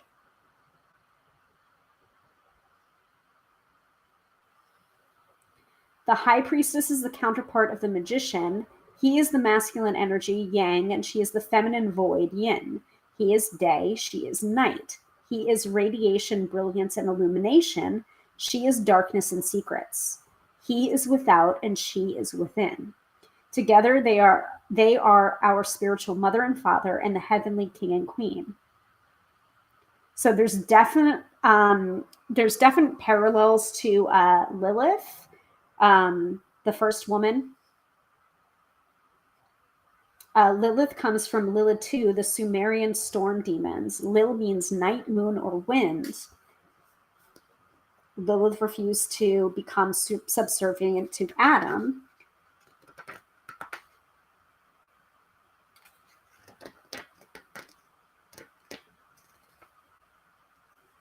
She is the serpent in the Garden of Eden. She is knowledge, temptation, darkness. She is dark mother and dark goddess, chaos, destruction, death. Comparing her to the Empress is like comparing the fool to the magician.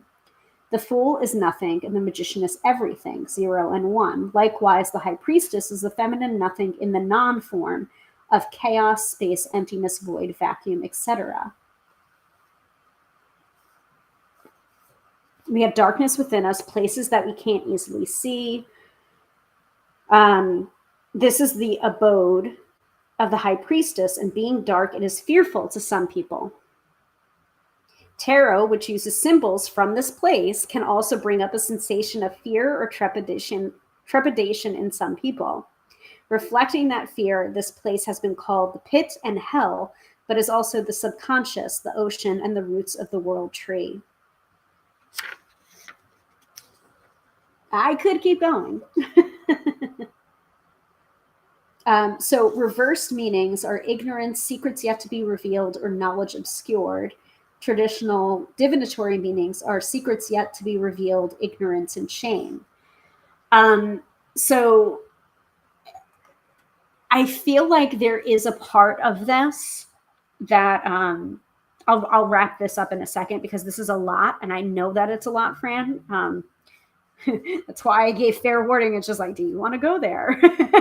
Do you want to go there with the Mary L?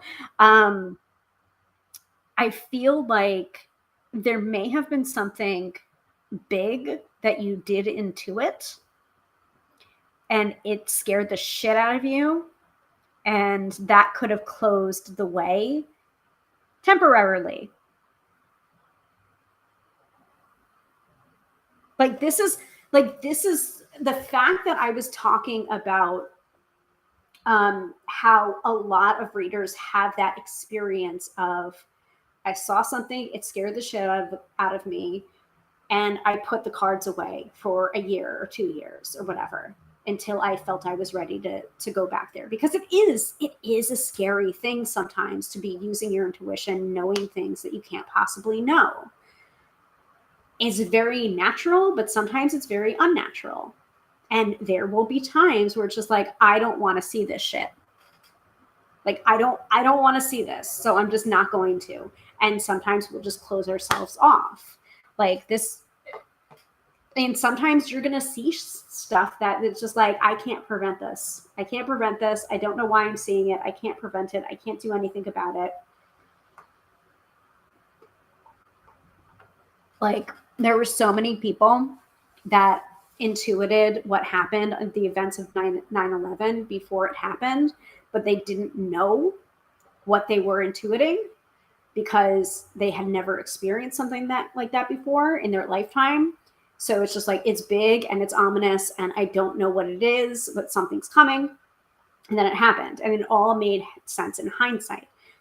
That is kind of what I feel like happened to you, not on that level, but we all, like almost every single reader that I've ever talked to about this, have had that moment of, I saw something, it freaked me out, I had to put it away until I felt I was ready.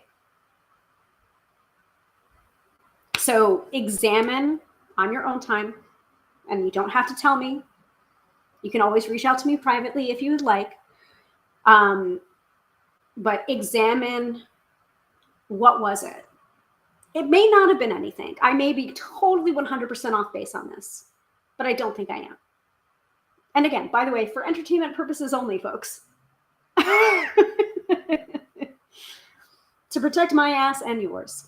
But yeah, the High Priestess reverse, it's just like, you know what you know. And sometimes it can be really scary. Thank you. You're not. And it's a live stream. I get it. If you don't want to talk about it publicly, you don't have to. As long as you understand what I'm talking about, that is the most important thing. Okay. Now, Four of Wands.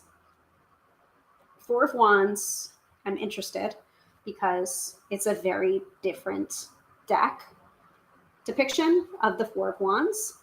To the elements it came from, everything will return. Our bodies to earth, our blood to water, heat to fire, breath to air, is the associated quote. Not every card is going to get that, but this particular card, the Four of Wands, has that.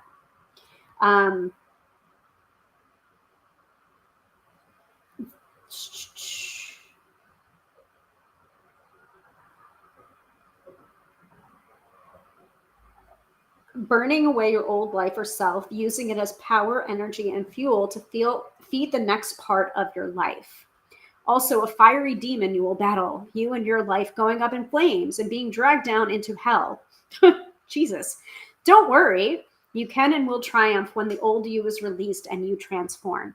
So this, like, that is the interpretation from the guidebook for this card, though I had more of a sense of that for the Page of Wands reverse, just intuitively. Like, there's something that you're biting your cheek on. And it's hard for you, like that expression has nowhere to go. So just be careful where it goes. Keywords for this card: libido, sex drive, desire, passion, creativity. Ground your creative energy into physical transformation. Make something, do something. Let it be the fuel that drives you. And traditional divinatory meanings are society, community, mixing, and alloy. So, and know that this is the only card that came up upright. So I feel like some of the other parts of it, it's just like you're kind of the passenger, you're the observer, you're witnessing it, you're feeling your way. And there's not much active energy that you can put at it. That's the active energy that you can put at it in the Four of Wands when it's upright.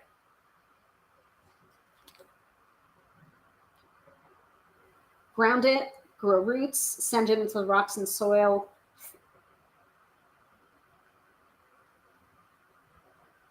Yeah. And also, the tapping tree. All right. So that's your reading. I'm going to stop. I'm going to stop picking on you, Fran. I hope it helps. It's a lot. I get it.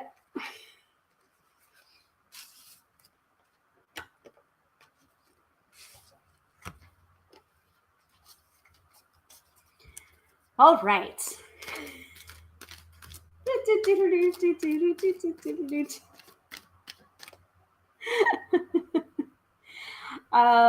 Okay. I'm stopping picking on you. I'm taking away the widget and the comment snake. All right, cool. And just your reminder that we do this every Friday night, 6:30 p.m. Eastern Standard Time. Please follow, subscribe, click the bell, wherever it is that you tune in. Like this, do all the things, share it with a friend, let someone know about this live stream so that I can keep on doing it. There you go. Yeah. Sorry, Fran. It is a lot, but it answered the question. Yes. And I so appreciate you being open and vulnerable and willing to get that reading, even though it was a lot. And so here's the reason why I did the mid-episode reading, kind of in the middle of the episode, but kind of not in the middle of the episode, because we didn't really take a look at the images in these cards. I wanted people to understand what it is I'm talking about when I say I rarely use this deck with clients. It's a lot. And you're going to get the answer. Like, you're going to freaking get the answer in spades. But sometimes people are not ready for it. And even when you think that you're ready for it, you're not ready for it. It is a very shadowy deck. Like, you've got to be willing to face it. And like, some of the images are really like hard as well. So like, let me show you some of the images here. And then also, please put your requests into the chat of which images you want to see specifically.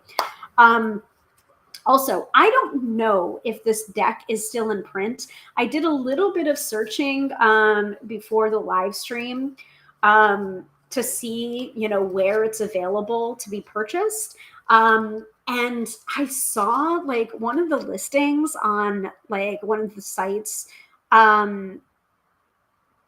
like had it at $700 for the first edition. I'm pretty dang sure that this is the first edition of it. So like, I don't know how to feel about it. That is a lot of money for a tarot deck. And I don't know, it just makes me feel some kind of way about it. Like, it's just, ooh, like, I don't know how willing I would be to spend that much money on a tarot deck. I mean, I can understand it, I guess, a little bit if it's out of print and you feel so strongly about it, but like do what you will, spend your money on what you want to spend your money on. I'm not going to shame anyone about that, but like, that feels like a lot. Yeah, you saw that too? Yeah, it was like $700. I'm just like, oh, I didn't like it is never, it's never my intention to make anyone feel bad or like feature a deck that someone can't access for themselves. So sometimes I feel really bad about showcasing certain decks that I know are out of print or not produced anymore. And then other times I'm just like, but then how else are you going to see it too? It's just like, I have to be honest about my collection. And I got the Marielle Tarot when it first came out, I guess, in 2012. And that makes a lot of sense to me because my professional reading career, even though I started in 2005, it really kicked into gear in 2011 when I won the Tarot Apprentice contest. So the fact that I purchased the Marielle Tarot as the first edition in 2012, that makes total sense to me because I was attracted to the deck. Actually, I had two decks. One I purchased for myself, I think. Yes. And then the other one I got as like, I think a birthday gift from my friend. And since I already had the deck, I was just like, take it back. And she was like, no, I have it already. And it's just like, do whatever you want with it. It doesn't hurt to have a second copy of it. And so I ended up giving it to a client that really loved that deck. So I'm just like, I have an extra copy of it. let me get your address and I'll send it to you. If I had known that it was going to be $700 though, and you know, about 10 years later, I might have made a different choice. So, you and everyone else makes this a safe space. So thank you, Fran. That means a lot to me. But yeah, no, I'm not spending $700 on a deck, unless, of course, it's like a deck from way back, not a deck that is was in my lifetime. So, with a few exceptions, maybe, perhaps. So the moon, 5 of Wands. I'm going to leave the reversals intact here because I don't want, though, this 7 of Swords, man. Oh, that is too pretty for the 7 of Swords. 9 of Cups. I like the 9 of Cups. It's a little different. I'm telling you, it's a little different, but look at that proud monkey. 7 of Wands. 7 of Wands came up for us a couple of days ago. Knight of Discs. 7 of Cups. 2 of Wands. 8 of Swords. There's the 3 of Swords.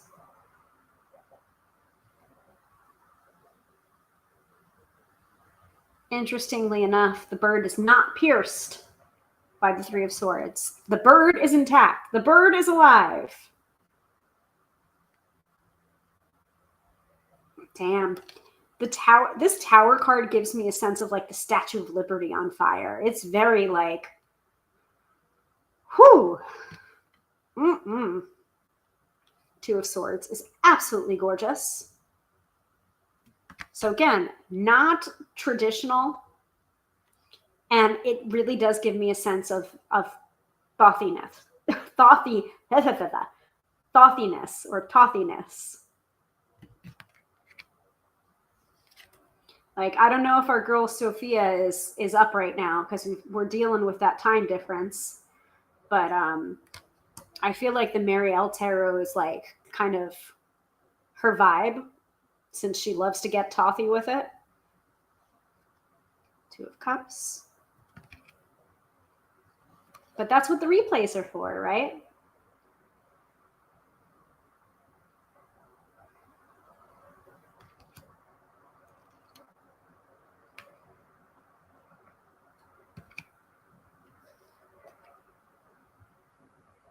I'm not going to have time to be able to show you all 78 cards.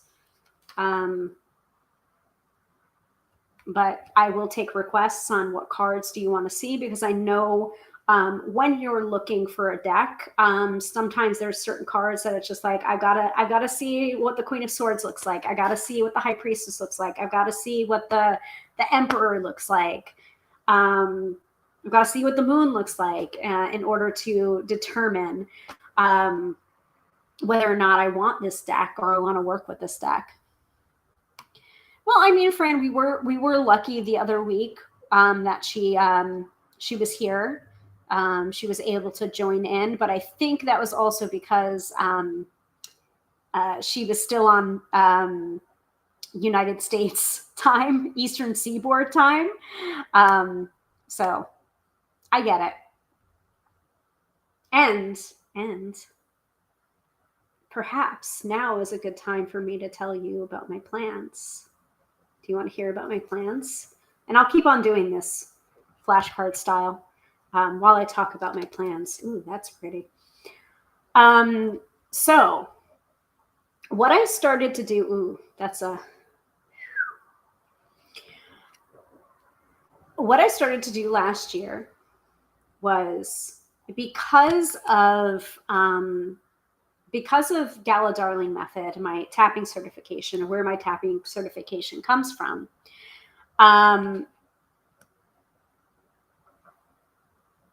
No. No, but I'm open to the possibility. No, it's not. Is it a new book? No. No, it's not a new book. It very much has to do with this live stream here.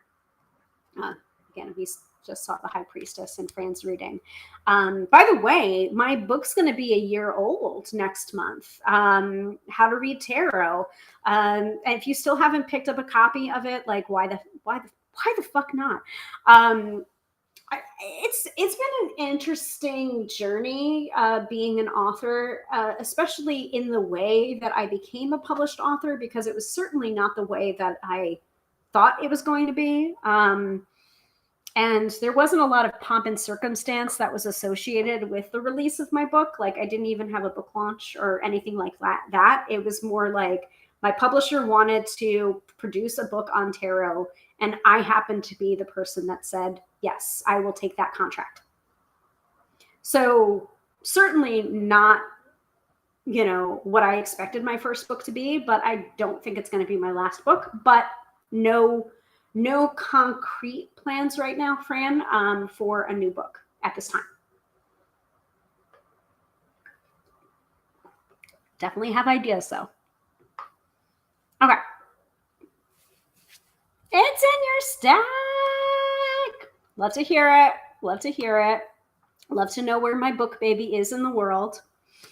So I love that Four of Swords. It's really pretty.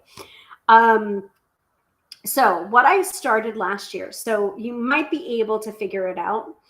And I did announce this publicly, but then I just never followed up with more episodes. But what I wanted to do, I'm sorry, I can't do two things at once. I'll keep going with the deck, but just like a now for something completely different. What I wanted to do was to feature some of the people that I graduated from the Gala Darling tapping certification with, my cohort.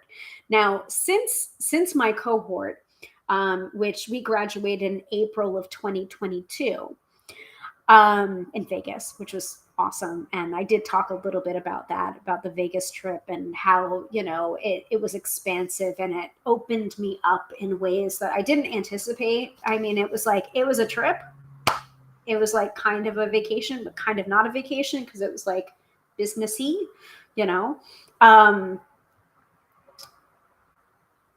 And since then, Gala Darling Method has had multiple groups going through the method, going through the tapping certification. So there's been different graduating classes going on. We happen to be the first, which I'm so grateful for. I'm so grateful that I said yes to it. I'm so grateful that we were the guinea pigs. We were the first. So we just didn't know what to expect. And I think that just made it even more powerful for us, that it was just like releasing the how, releasing any expectations, it really helped me, at least for my recovering control freak persona.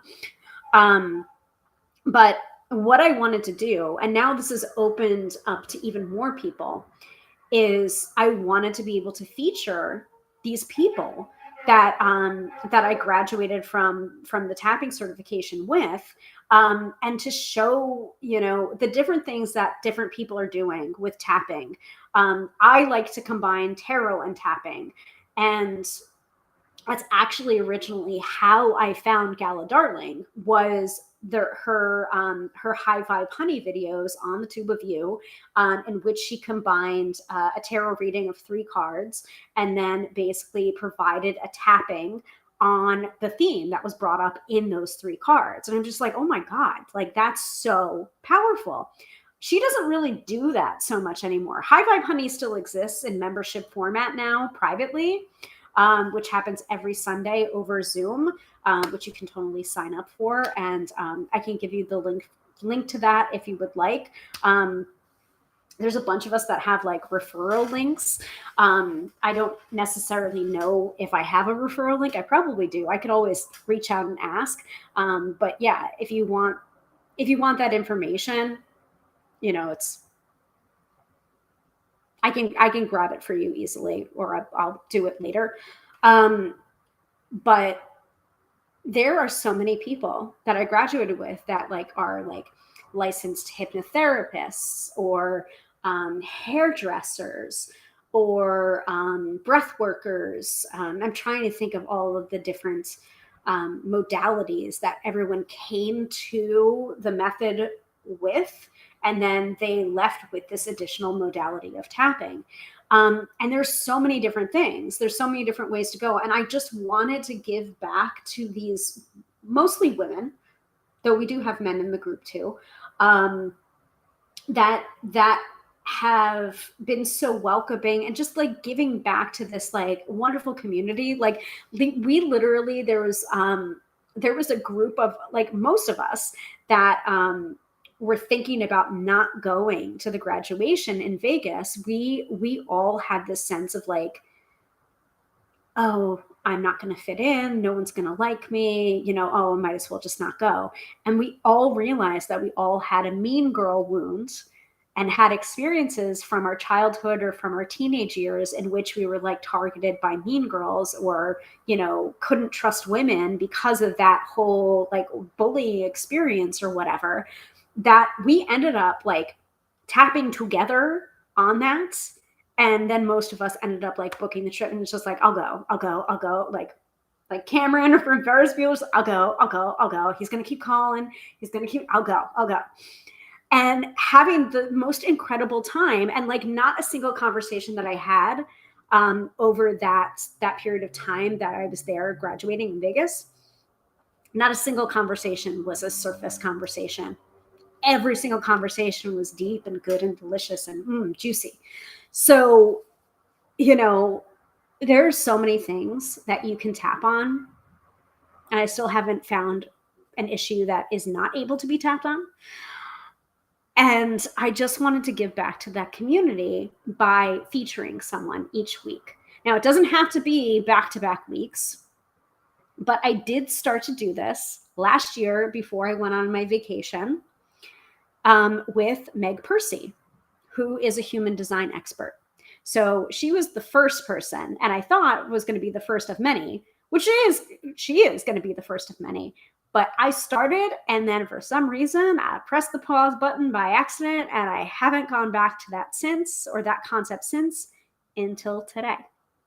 So I have been working behind the scenes today to reach out to my fellow GDMers and ask them or talk to them. And this was after a tapping session, a tapping video that I did on the Tube of You from Caitlin, who is Tap Into Magic on the Tube of You. So go check her out. For whatever reason, the tapping that I followed along with her today, just gave me a whole bunch of inspiration. And again, that's the second. That's the second person, the second spammer of the evening. So please ignore, block, etc. So gave me the inspiration to go back to that concept and be like, hey, guys, come on the broadcast, come on the live stream. If you're able to come on the live stream, if that day and time works for you, absolutely, we'll do it live. And if we can't, we will pre-record it, and I will produce it, and I'll be here playing that interview and interacting with you guys so that I can at least answer questions myself. But either way, trying to feature people from my graduating class or subsequent graduating classes, and, asking them basically, hey, guys, what are you up to? What are you doing? What offers do you want to make? Who do you want to work with? How do you work with people? How do you use tapping? Do you use it during your hypnotherapy? Do you use it during your human design readings? Do you use it during your tarot readings? Do you not use it at all? Do you use it for personal use? So it's not necessarily all tapping related, but that is how I have come to know these people that I'm going to be featuring, and bringing them to you and you to them because that is part of what my human design is as a manifester, or at least the specific manifestation type that I am is bringing people together, hooking people up, like a metaphysical matchmaker in a way, and like just like bringing different combinations together. So if that's exciting to you, please let me know in the chat. I already have made plans to do a recording or an interview or some such with someone next Thursday, because the time happens to work out. And I'm just like, let me put that on the calendar right freaking now. So that won't necessarily be live. And I don't know when I'm going to be releasing these different episodes, but I hope this is exciting to you as it is to me. I am very excited about it. So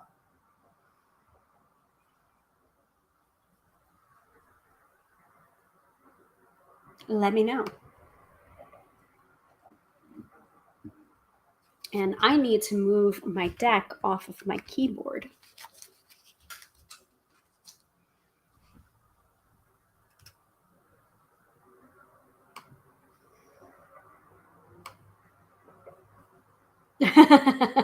Yes, please. Awesome. I thought so. I thought you would like that. And I'm glad I was able to circle back to that. I'm just like, you know what? As I'm thinking about it, let me not like put the onus on you guys to remind me about it. Let me just go ahead and say it.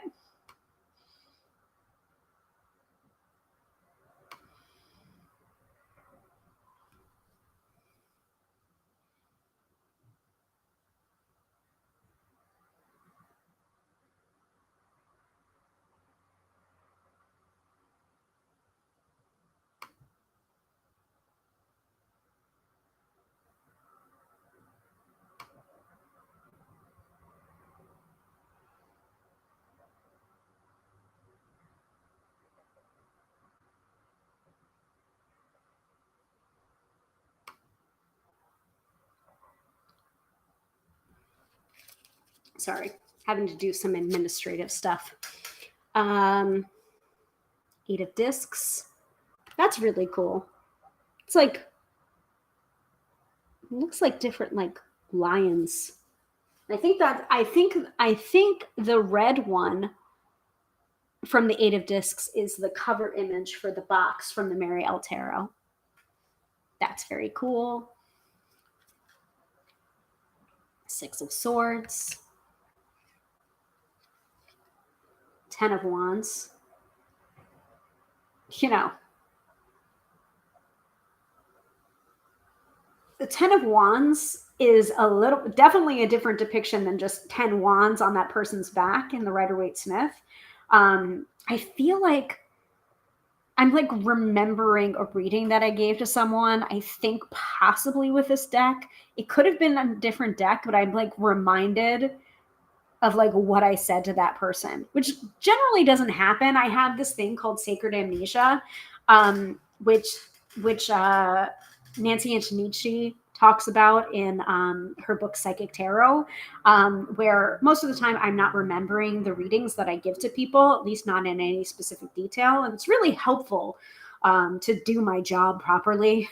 It's to like, read fresh for someone every time. But I do remember something, maybe not this necessarily this card or this deck, but I'm just like, you are like riding a horse of fire. In this case, it's the person that seems to be on fire, not the horse. 5 of Cups. Does anyone have any specific requests on cards that they want to see in the Mary L. Tarot?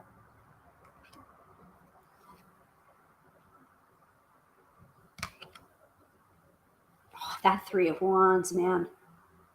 Woo! Because I am looking at the time and I am hungry. This Death card is like a punch to the gut.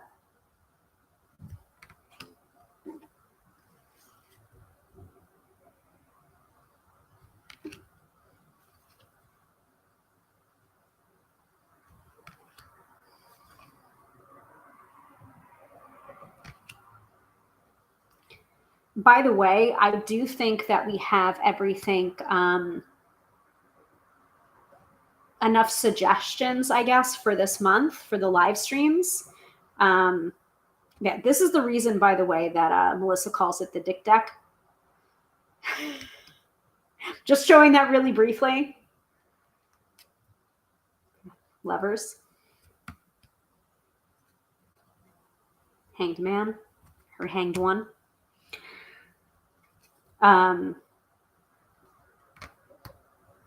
Hermit card.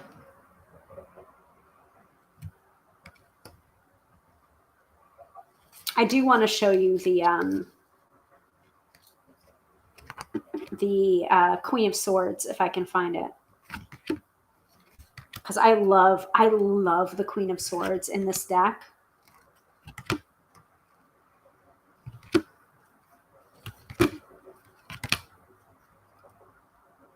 Oh, by the way, the Four of Cups was today's card of the day.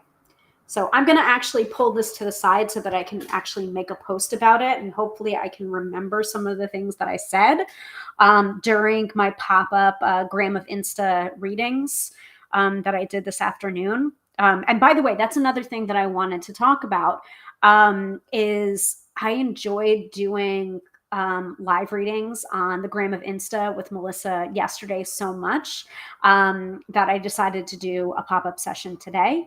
And so I am going to be trying to do that on a regular basis, at least once a week, and then maybe sometimes if I feel like it. So it just depends completely on my schedule. So if that's interesting to you, make sure that you're following me over on the Gram of Insta at Tarot by Hilary, Hilary with 1L. Y'all know where to find me. Y'all know who I am, hopefully. And, make sure that you are set up to receive all notifications so that when I go live on there, and you can get the alert and you can come right on, pay like $20 on my PayPal link and ask your question and get a reading. Not too dissimilar to what we do for the mid episode reading, just on a different social media platform, and hopefully making the Gram of Insta fun again for me. Because sometimes it's not so fun. There she is. There's the Queen of Swords. Love her. Love the Queen of Swords. Love, love, love.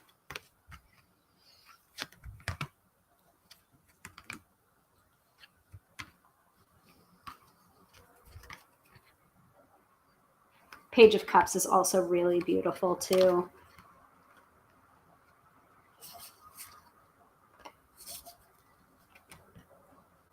Look at the Queen of Cups.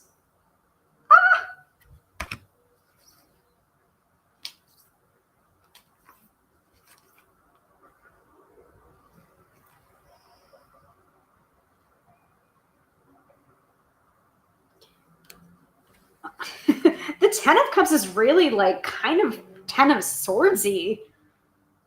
Goodness.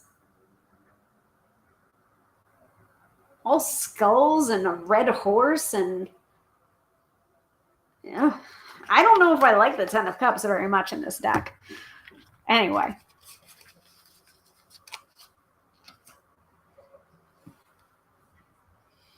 So it looks like I have some moderation to do after the fact. So I'm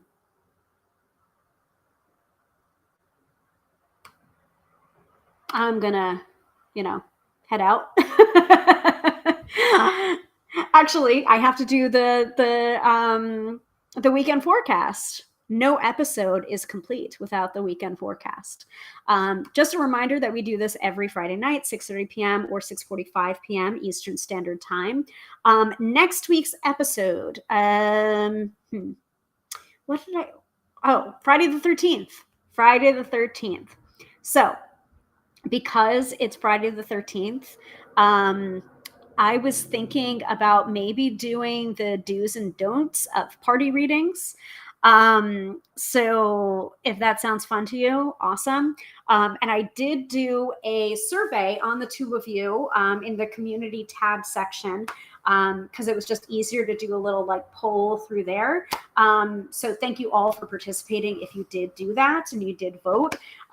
So I will try and put up a infographic of like the dates and what I'm going to be presenting.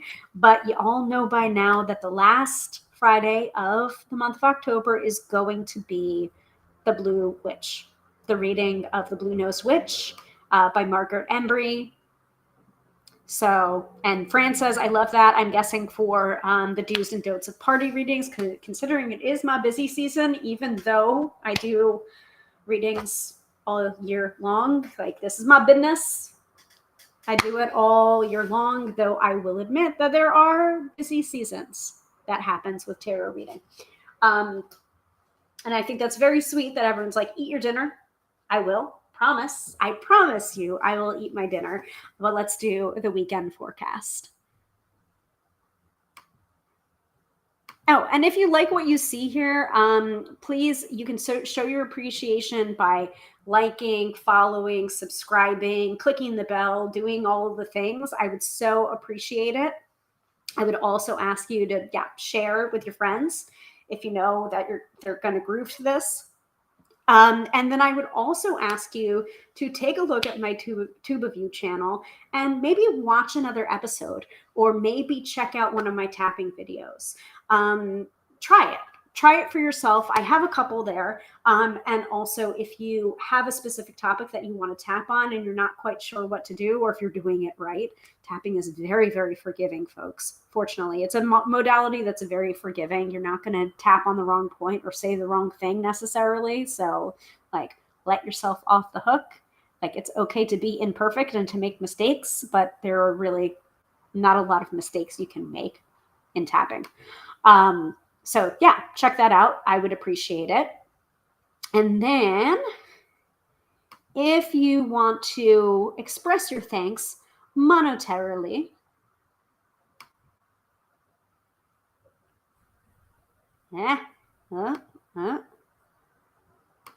you can feel free to paypal.me/Tarot by Hilary NY. That's my PayPal, and I'm sure it'll pop up in the chat as well if you wanted to express your thanks monetarily. It's never expected, but always appreciated. Or you can use that QR code that I'm displaying right now too. Or book a reading with me, tarotbyhilary.com. And that's pretty much the only way to book a reading with me is through my website, tarotbyhilary.com.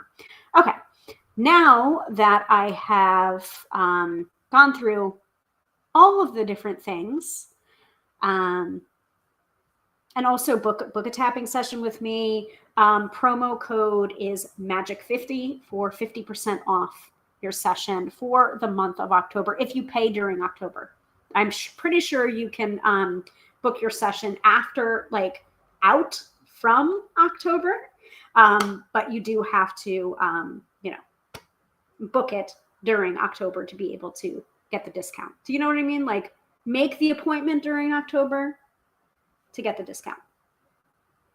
Does that make sense? I hope it makes sense. Like, like, if you know you're going to want a reading, or if you know you're going to want to get a tapping session in January, do it now. Book the session in January, but book it now. Yeah, sure. I definitely know what I'm talking about, right? I am a consummate professional.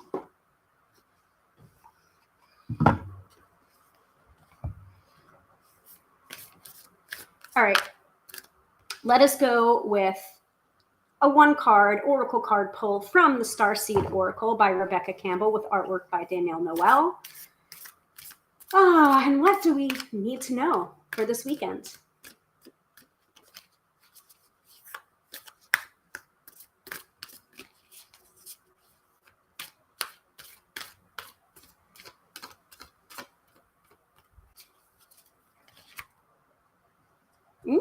Star bathing.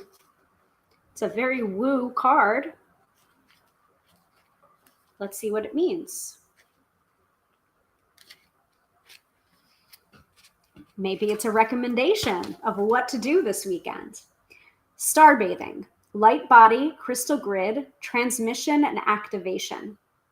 The stars are constantly showering emanations onto the crystalline grid of the Earth.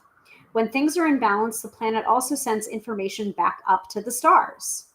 Many starseeds have come to Earth at this time to help shift the planet vibrationally, to activate the ancient codes of wisdom that humanity has forgotten. And all of that information is stored in the crystalline grid, which is apparently Earth. If you pull this card, you may be called to begin working with the stars and the crystalline grid of the Earth.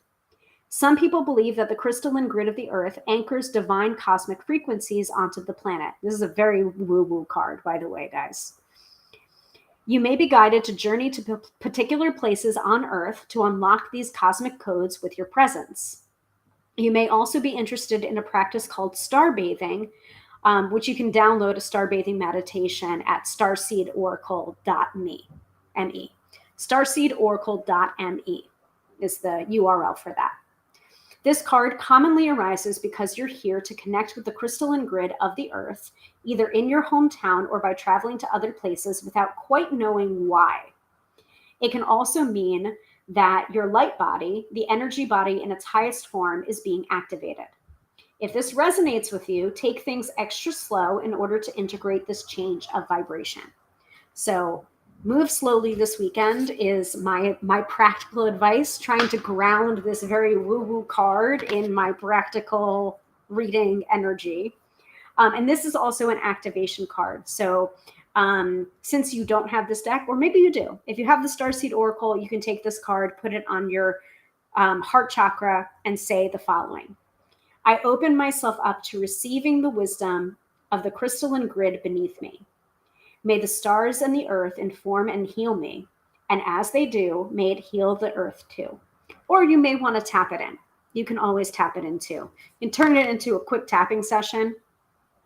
I open myself up to receiving the wisdom of the crystalline grid beneath me.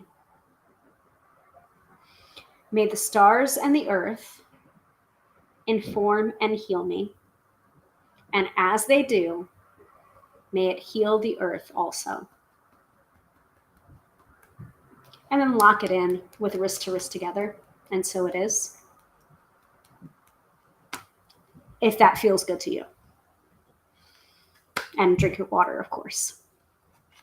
All right, so let's wrap up this episode. Thank you all so much for watching. Thank you to Fran for being our recipient of the mid-episode reading tonight.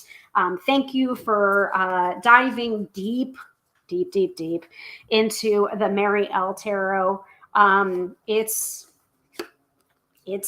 a deep dive kind of deck. Just saying. If you happen to get a copy of the Mary L. Tarot for yourself, and also know that it's a deep deck if you get a copy of this for yourself. And also, if you happen to have not seen the card that you wanted to see tonight, that's completely okay, because this is the deck of the month that I'm using for Card of the Day pulls. So I would encourage you to follow me on my different social media platforms. I'm Tarot by Hilary with one L, on most of them, to see those card pulls in action and get those messages for free. That is something that I do pretty much every single day, is try to do a Card of the Day pull. Or if this message is coming up in your feed and it resonates for you, then this message may be for you. Those are the kind of card pulls that I do. And that is something that I give as a gift to my community. And if you would like a more specific one-on-one session or a tapping session, you can book one at tarotbyhilary.com. Thank you all so much for watching. Thank you to Fran. Thank you to Katie. Thank you to Dina. Also, thank you to the spammers in some way, shape, or form. Like, I'm grateful for you for holding myself in alignment to how I want to be in this world. you hold yourself to a different standard. I'm going to hold myself to mine. Thank you all so much for watching. Again, we do this every Friday night, 6:30 p.m. Eastern Standard Time. If you want to book a reading with me, tarotbyhilary.com is where you can find it. I would also encourage you to get on my newsletter. You can do that by going to my website and filling in your information on the top navigation. It's there for that exact purpose. And yeah, have a wonderful rest of your weekend and rest of your week as well. And I will see you guys again Friday the 13th, Friday, 6:30 p.m. Eastern Standard Time, talking about, I guess, the do's and don'ts of party reading. If I remember that's the topic that we're going to do. Yeah, sure. Why not? All right. Bye.